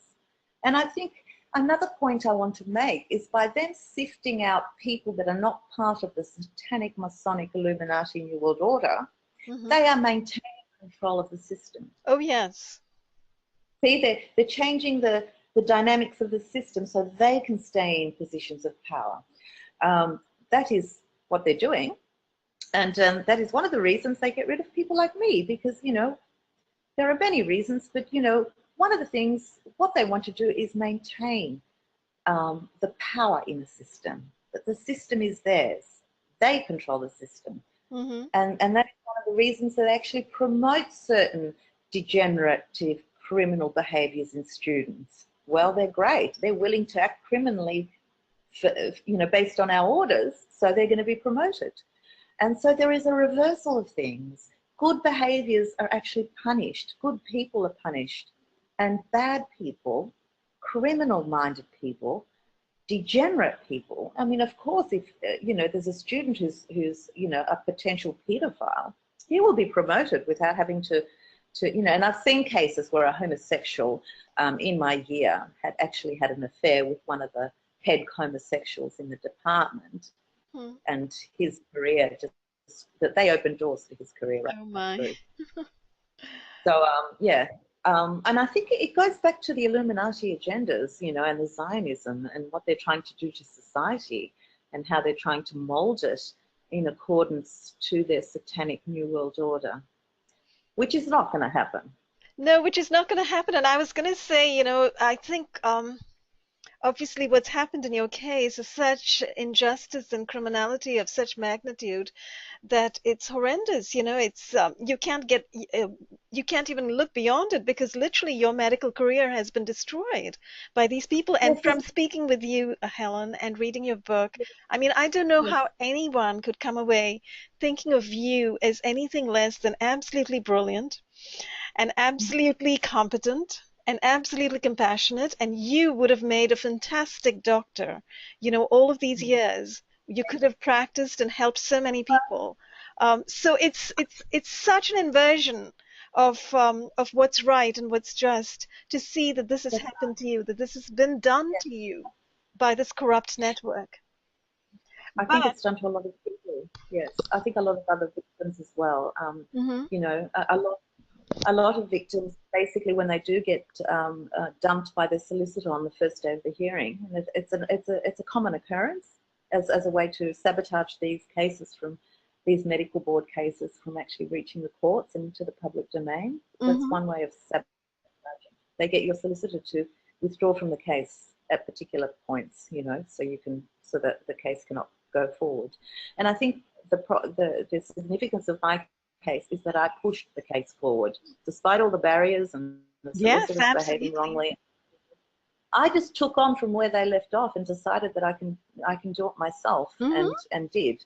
And you And I did. did get, And you yes. showed them, you know, they were trying to traumatize you in a sense, sort of monarch you right there, right? Stop you in your tracks, but you didn't let them stop you. You just went right ahead. So that's an incredible Another kind of victory, really. Another thing that comes to mind is these people have an inherent hatred for normal people. Apparently For people so, judging from their action.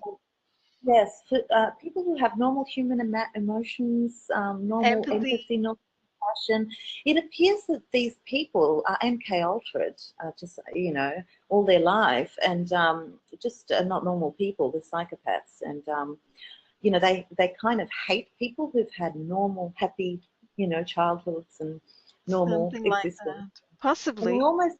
I almost hate happy people. And I think goes, I mean, I believe these people are victims themselves of a system That's what many that, people say, that they themselves have been, as you say, MK Ultra'd and monarchs been when very young. They do it to their own kids, right?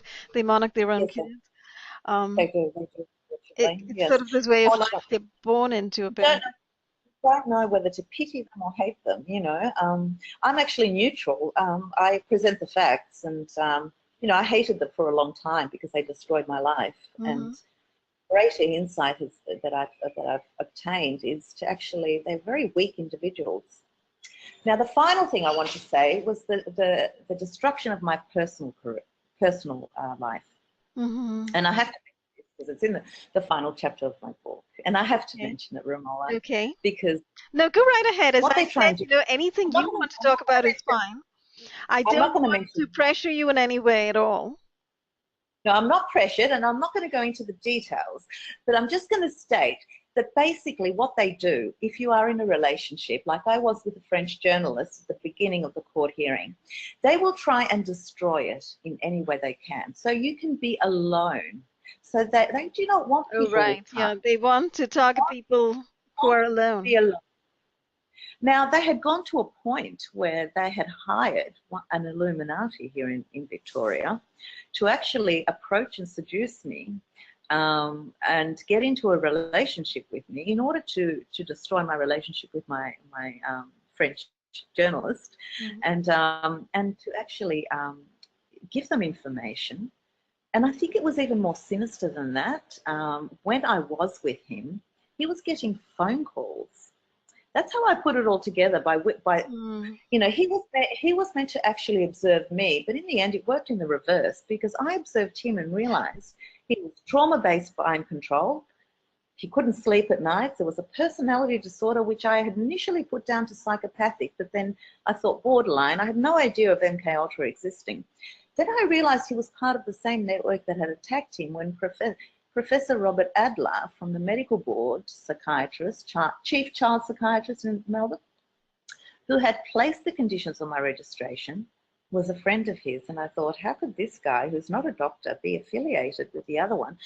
And Professor Rob, they were calling him in the middle of the night, ordering him to do things to me, Oh, wow. um, damage me or whatever. And he was saying, I can't do it. He was telling them I can't do it. And when I realized what was going on, I was out of there. That's I ran out of incredible. there. You see that you're But yeah, kind of demonstrating the extent to which this network will go, you know? well, I could never, I was so horrified and shocked that someone could prostitute themselves out like that, because that's what these people That's are. I essentially mean, what it and is. have a go and have a relationship with someone in order to feed back information, try and harm them, trying to obstruct the case. It was all the beginning of the court hearings. Now, what the Illuminati did not want was my case to be heard through the court system. They They wanted to fought stop very it getting to the court system because that's public record, that's bringing it out into the open. And that led ultimately to your book, which is also, you know, another form of disclosure, but literally the book was based on the court case. I So was threatened while I was writing the book while I was in Greece in Corfu. This English person came up to me and said, if you write the book, he said, you'll have the same fate as Princess Diana. And I thought, what's she got to do with me? What's one got to do with the other? Do you know what I mean?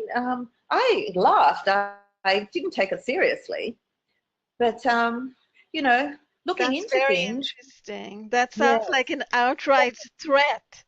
And he must have also been a a confession as to what happened to Princess Diana, which I think many of us know, right?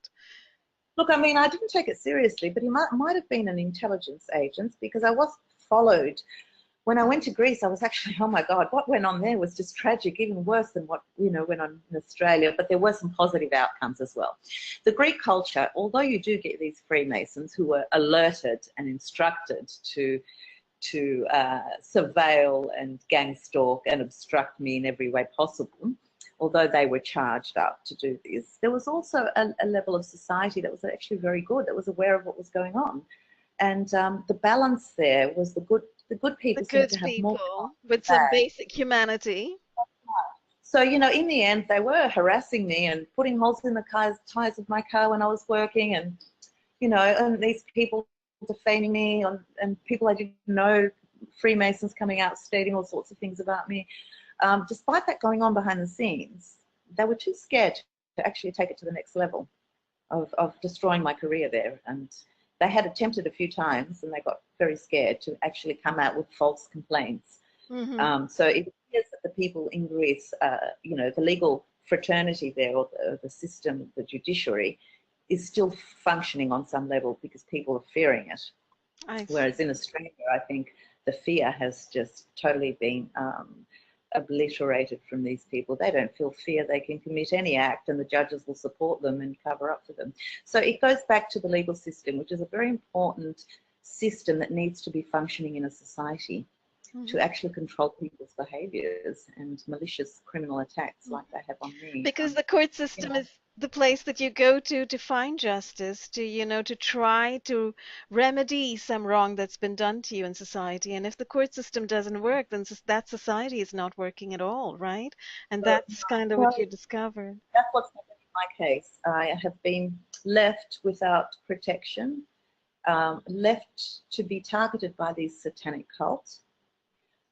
We know that they're very dangerous and they're capable of anything. Well, I think we know that. They have no empathy, they're psychopaths, they're child molesters. I mean, if someone, I can't go into the child aspect of it, but there has been a lot of literature stating that they satanically ritually abuse children and kill them and use them in child pornography and snuff movies and actually take pleasure in that. So we're talking about people that really are not human, as we No, know. no, this is pedosadism of an extreme degree.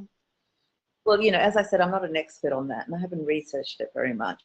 But I have read some information that's available on the internet, and being a victim to these people is a very scary thing, especially when there's no protection for you.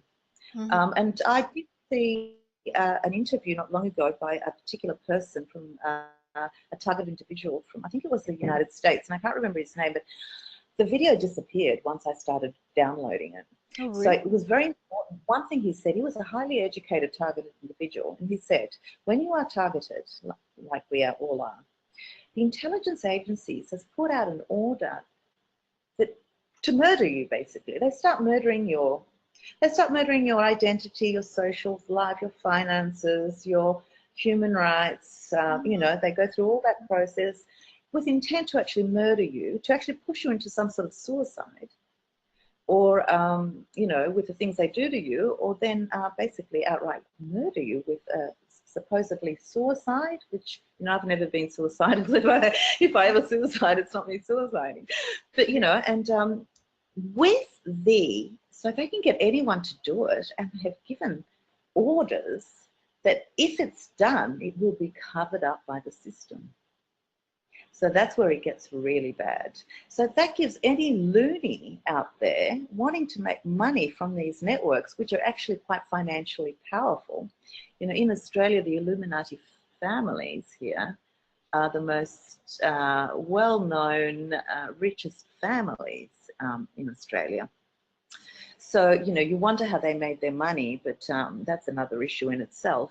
And a lot of these families actually pretend to be Christians or Catholics on the outside. Great. Yeah. They have this public facade.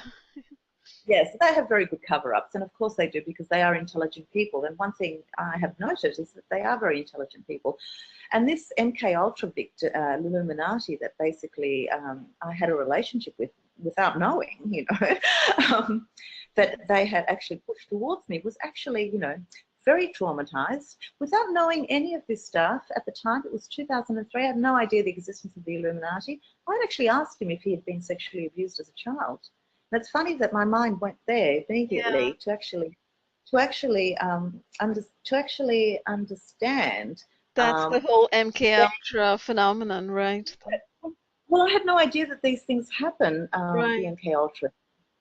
But what I have, you can read some of the children I have followed during the period that I was writing my book. I had followed the newspapers and looked for an Achilles heel, because I was pretty sure that they were covering something really bad up to actually have attacked me to the extent that they have, and feel threatened of me to the extent that they have. And, I came across a number of children, that, supposedly certain things are happening in the background that we are unaware of as functioning on the surface of society. I mean, there seems to be a few mafias out there operating. True. Yeah, it's probably not just one. It's probably a few networks, doing dark. But once again, I mean, they can actually get any MK Ultra victim with their multiple personalities to actually harm you. And, they can do that. They can actually do that. And they were ordering this Illuminati person in the middle of the night to actually do things. And oh my goodness, it's described in the last chapter of my book. And he was saying that he couldn't do it. So, yeah. he didn't do it.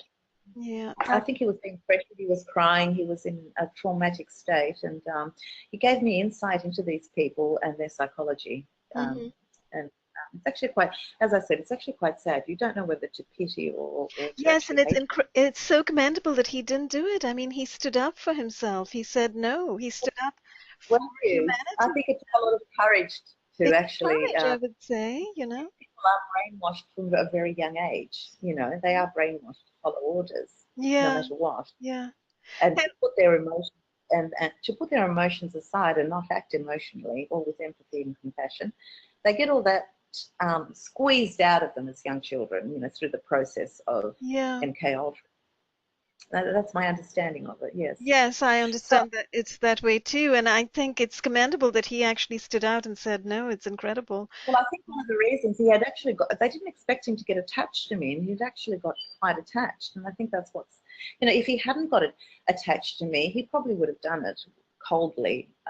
But I think, he had developed genuine emotions towards me, and, he was battling, and he would say to me, if I have to do something, it's not me doing it.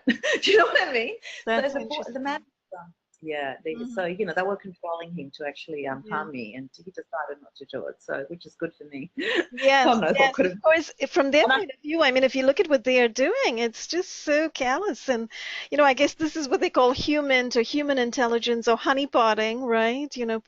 Letting certain people cross your path in the hopes that you'll start a relationship with them. And then that way they can well, control you. I mean, that is just so bizarre. That has shocked me more than anything because I've never thought of that level of Interference and satanic, manipulation. satanic. Yeah, that level of interference to actually have someone that you're having a relationship with. They want to know everything about you. Yeah, They it want to is know how you have satanic, that sex. level of They want control. to It's know how outrageous. They want to know how you have sex, for God's sake. Do you know what I mean? This is Hmm. their level of control. They want to know everything about you. Well, you see, It's these are the same people crazy. who are getting into people's brains currently, so they want to know everything you think as well. And it's not just Oh, you and me at this point in time, it's they want this about everybody on the planet, you see.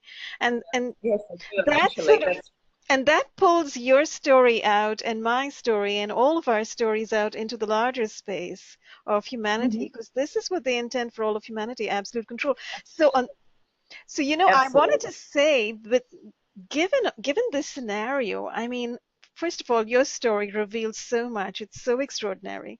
And the fact that you have at this point understood so much about how the system is working in Australia, how in fact it was Well, I kind went. of leveled against you, you know, points gives us so much insight into what's going on, not just in Australia, but elsewhere as well, because I'm sure the same system is exactly what's operative elsewhere. I think there is a danger to society at the moment, the way that the systems are controlled and run, and the people who control them. Hmm. And I think we're all at risk in the end. What if you're targeted tomorrow? What if some freemason doesn't like the color of your hair or the skirt that you're wearing? Hmm. What if he feels threatened of your femininity because he happens to be a Freemasonic pedophile? Or, you know, Hmm. there's pedophiles everywhere, but Hmm. there might be more in the Freemasons. Who knows? I'm not an expert on that. Yes, I'm not an expert on that, but I know I've been attacked viciously and with a lot of hatred from people I don't know, Hmm. from people I do know. Yes, So there was, and your story kind of underlines that all of us, as humanity, sort of listening to your story and kind of grappling with the horrors of it and the injustice of it, need to, in a sense, wake up to what is going on. Because if we don't wake up to what's going on, we don't see that this is something, sort of fundamentally wrong here in our society, then we're not going to make a change to change it. We're not going to step forward to make a change. And we desperately need to make a change. We need to work collectively and communally in all of our different fields and capacities to come forward to make a change, because this is atrocious injustice. It should not be happening. This is not even human. It's not human well, what you we're don't. doing. I think one of the things, the New World Order is trying to do is, they are a traitor to Australian democracy and democracy all over the world. And my case, more than in its simplest form, actually reveals a failure of a democratic process, which is very scary.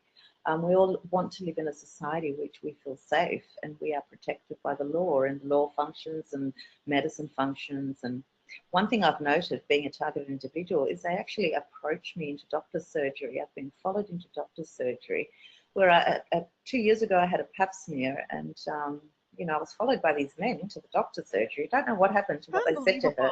Unbelievable. I Unbelievable. don't know what they said to her, but my pap smear disappeared. Oh dear. And when I rang her up for the results, she said, I don't know where it went. So, you know, uh, they are, unfortunately, they do have control over doctors as well.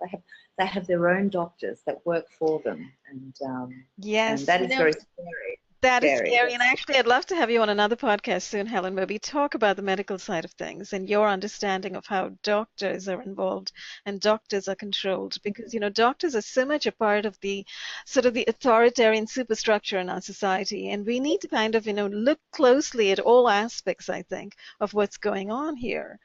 For instance, psychiatrists, are set up as authoritarian mm. power figures in our society, and I think you came up against that as well. So definitely something to continue talking about as we move on. I I was, wanted, yeah, I wanted yes, to, I was totally, yes. I'll sorry, go. I was we totally, have an audio delay, I think. Go ahead. Go ahead. I was totally, as a doctor, going through the system, I expected the medical system to function with a level of ethics and morality. Um, Yeah. but after I found out that they're using psychiatry for political purposes and political persecution of people, well, that just like totally traumatized me to the core. How could a doctor do that? How could they actually sell their inner soul and behave criminally like that? It just defeats the purpose of being a doctor, really. Why would you want to be a doctor if you were a criminal like that? Why would you choose the medical profession?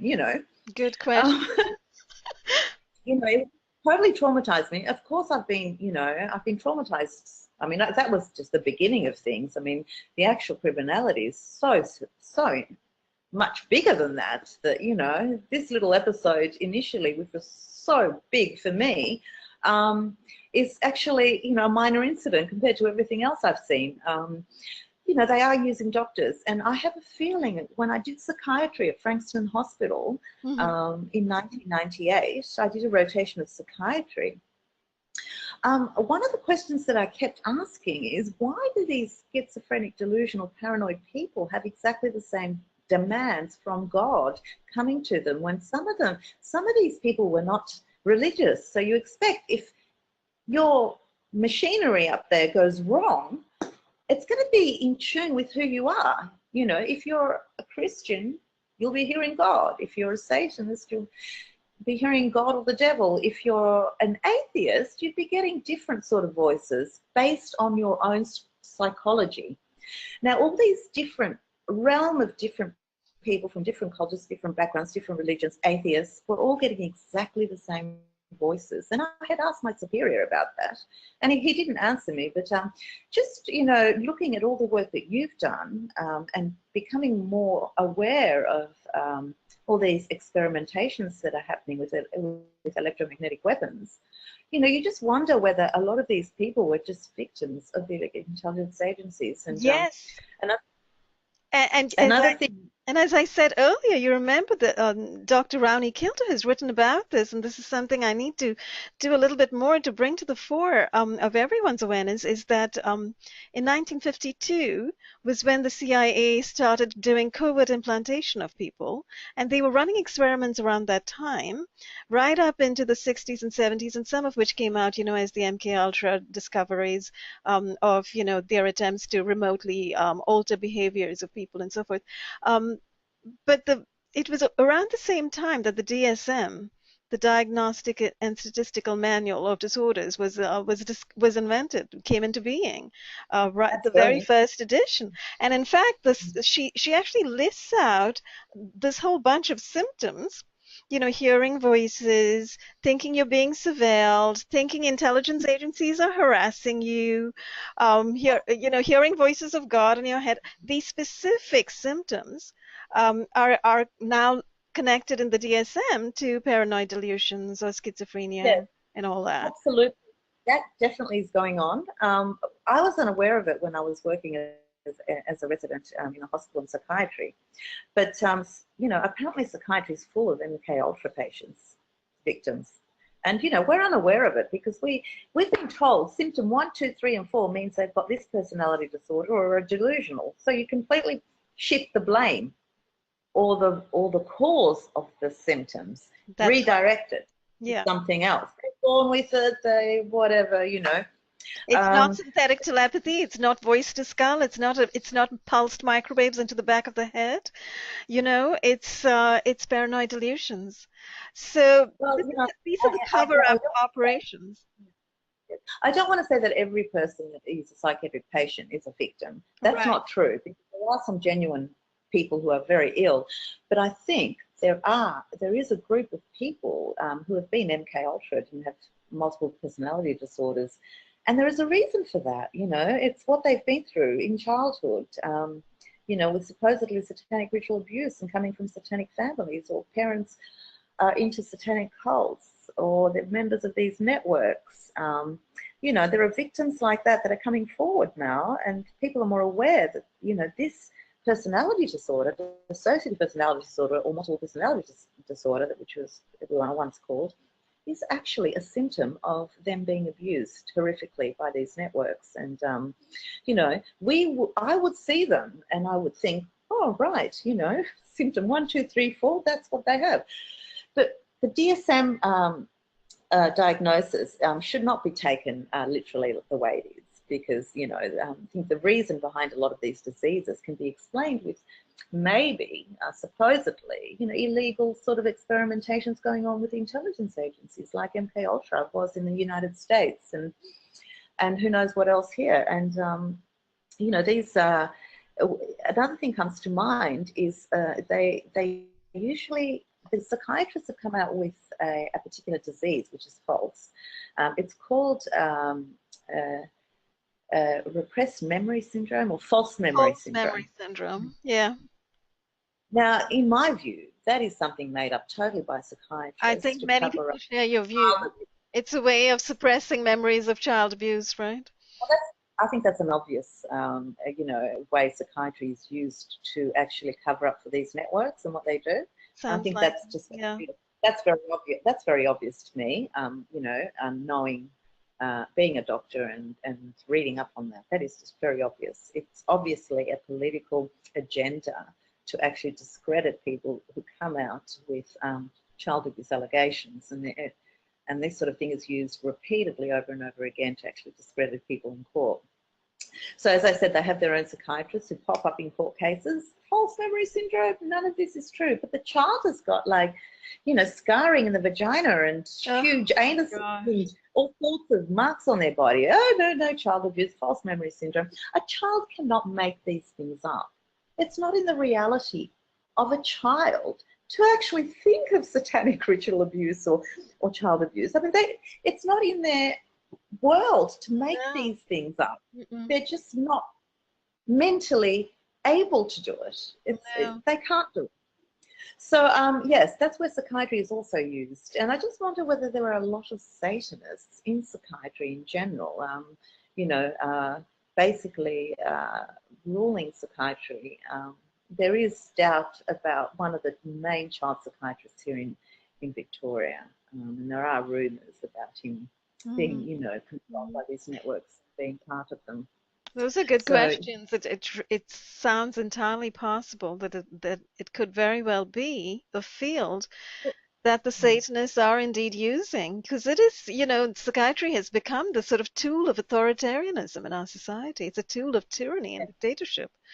yes, you wonder. It's unfortunate, because at some point in my life I wanted to be a psychiatrist, but I wouldn't have fitted in there very well. I think, I would have just delved too deep into things and probably created a bit of a commotion. I mean, I am a lateral thinker, and I tend to ask a lot of questions. Why do all these people have exactly the same voices? It can't be. They've different, See, you're demonstrating actual, critical thinking here as a doctor and as somebody who's done some work in psychiatry. But it appears that the psychiatrists who are, fished out of closets to give targeted individuals wrongful diagnoses of paranoid delusions, those guys are just going by the book and they're going by the DSM, or they are part of the network, and they're doing this deliberately. So they're Look, not showing any critical thinking at all. from what I've seen, a percentage of them on the higher levels who've got the main positions of power are complicit and a part of it. Yeah. Then you get the lower ones who are less intelligent, more robotic, who would never pose a threat to the system because they can never look beyond a certain distance. They're incapable. So they're the ones that are just following orders and actually brainwashed. I think that's absolutely accurate. Yeah. Just sort of going from my own experience, and my sister's friends were psychiatrists. I don't Yes, think they're yes. doing it deliberately. They're just following the book, following orders. Some are. Some are. The more intelligent ones that are part of these cults are actually probably are the ones that you'll find in the positions of power in the system, Yes, that's controlling probably things. right. Yeah. They're complicit. They're complicit. They're Yes. complicit. The ones at the So, top. Yeah.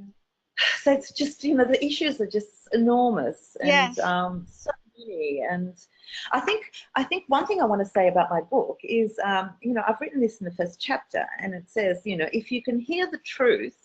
This is something someone sent to me at the beginning of the court hearing. A very dear friend of mine who's a professor here in Melbourne. He's a very good person, highly intelligent, Professor Paddy Dwan, extremely caring, empathic doctor. Now, he was actually attacked as well, and Oh no.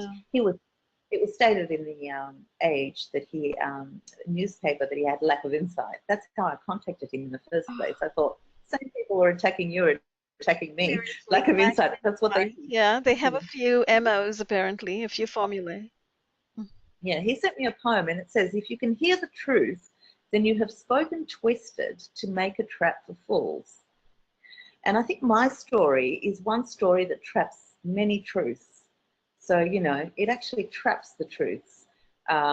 Things have turned on them, and instead of them trying to create a certain effect, the effect has been turned on them. So yeah, I think my story does give people a lot of insight into so many things and issues in relation Yes, to and I think the that's a operation great of these. way. And I think that's a great way to leave it because, in a sense, your story, hopefully, you're bringing it forward. The fact that you've written this book and the fact that we're talking today and you're putting your story out there for the world to hear, they're all, hopefully, these will create little ripple effects of change. Because what you've done is Yeah, you've inverted the system on itself. You've shown the mirror, to what they are doing, and you've reported it. it wasn't intentionally done. It wasn't intentionally done. Things just Okay. evolved that way. Right. Yeah. Right. All I did was focus on the truth, and of course, there was the issue with the district court judge where I knew he was going to do what he was going to do, and I had to work beyond that and try and create an appeal. Because not all decisions can be appealed. You have to make an error of law for it to be appealed. So they were trying to stop it at the district court level. So what I was trying to do is to make my case appealable beyond this judge that was allegedly corrupt. So yeah, there have been moments where I've actually, thought about all this and tried to control the situation.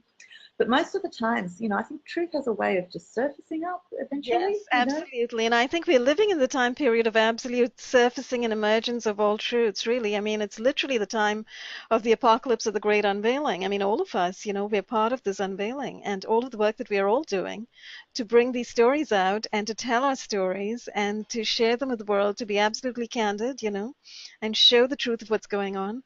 I think it's powerful, and I'm hoping it's powerful enough to bust through the chains that these satanic networks have in our societies. Well, what they say, the only constant thing in life is change, and maybe there is a change that is needed. And just because things have operated the way they have for hundreds of years doesn't mean that change will not happen, because it's inevitable at some stage it'll happen, because that's that's the way the natural forces in the world work. That's the way it absolutely works. Change will happen, and change is happening, and let's hold on to that. That look forward to that. Despite that, I have been so traumatized by all of this.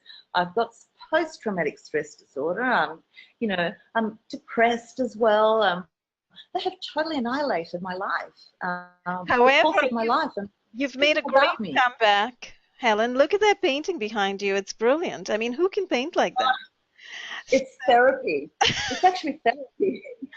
Yeah, yeah. Painting is therapy. I mean, painting is wonderful therapy, really.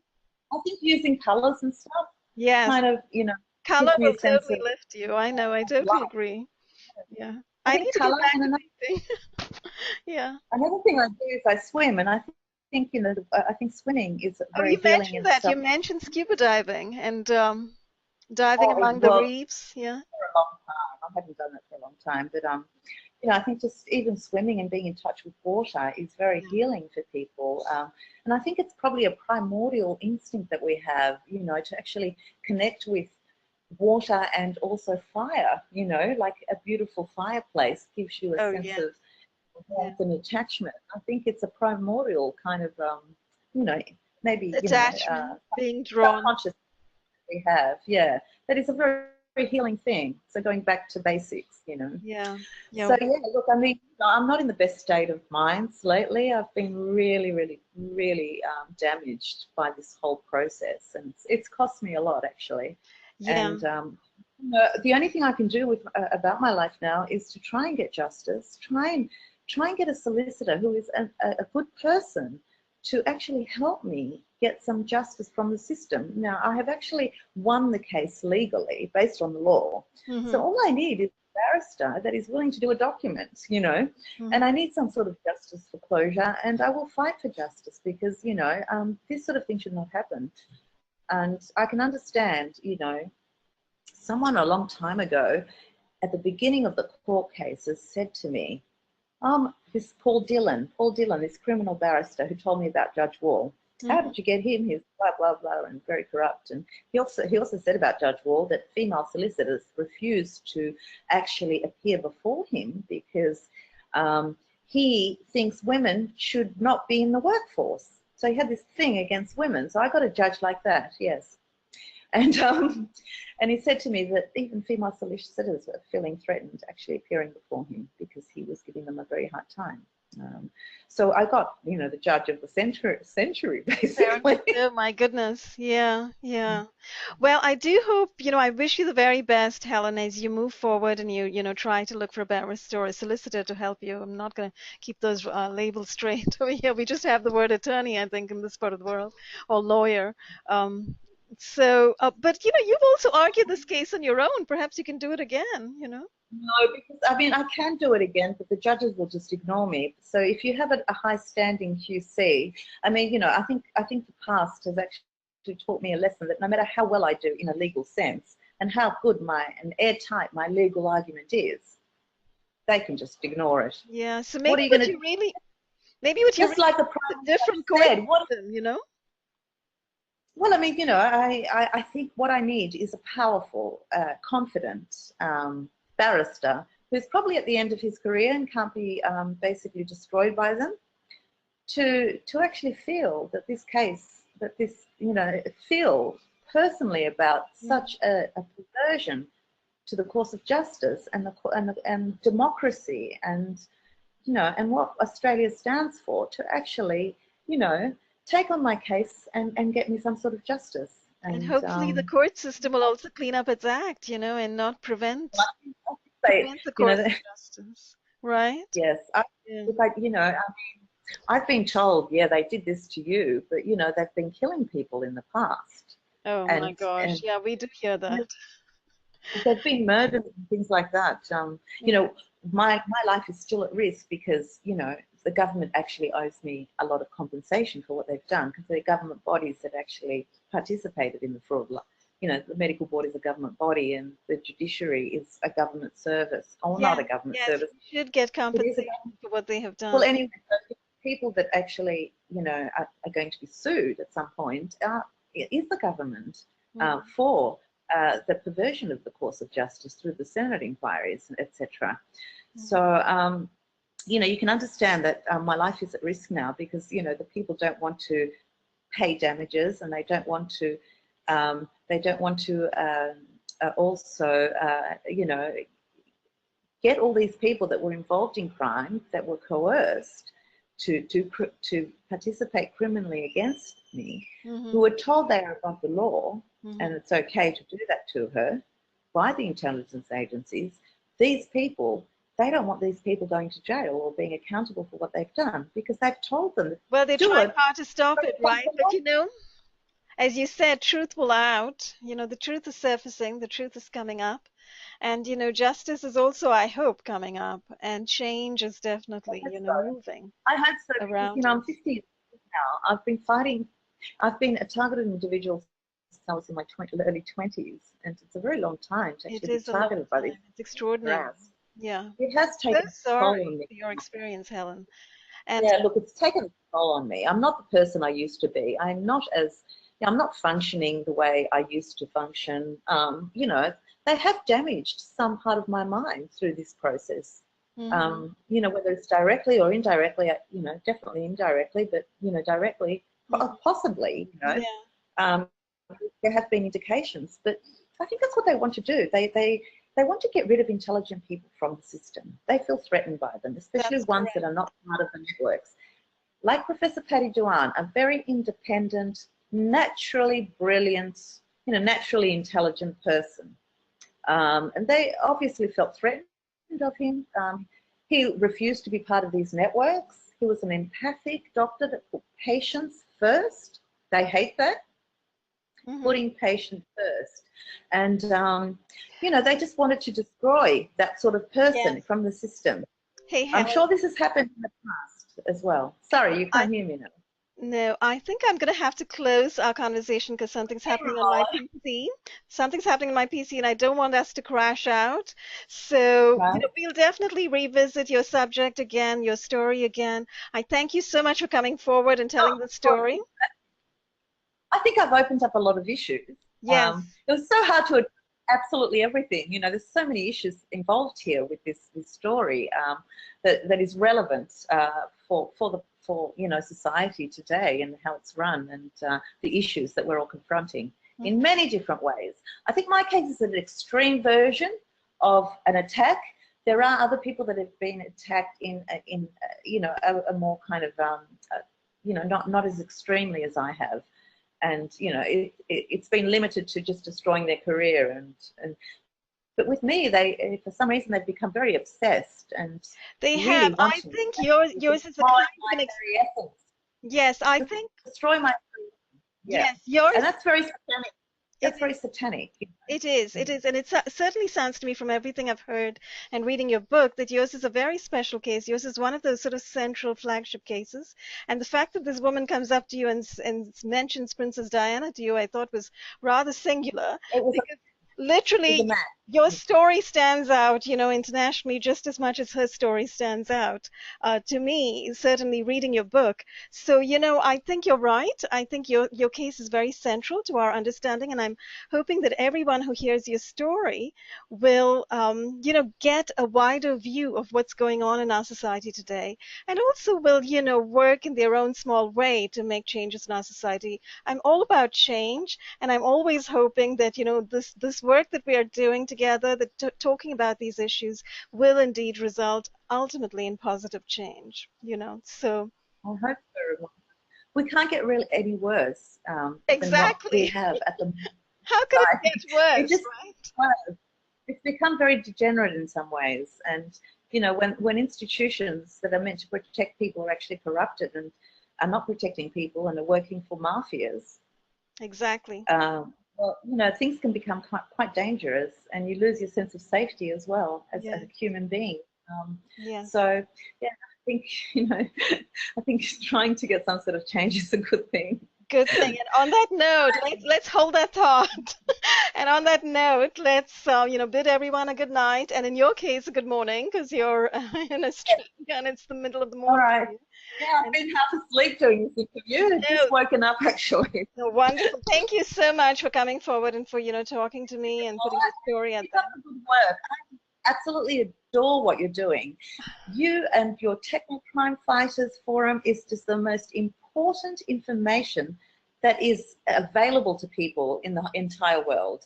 And if people can still, rely on the mainstream media, it means that they're just idiots, brainwashed, or I think so too. just, I don't know how They to haven't describe caught them. I on mean, to it's just the reality of what's going in on. order to in order to obtain information about what is truth and what is going on, it's people like you that are revealing it, not the mainstream media.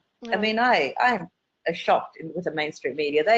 They actually, published all these false things about me in the Townsville Bulletin, despite the fact that they had the true information before them. So what does that tell you? It tells you that the media conspires against targeted It individuals. does, it Uh, does. And I think that's been proven case after case.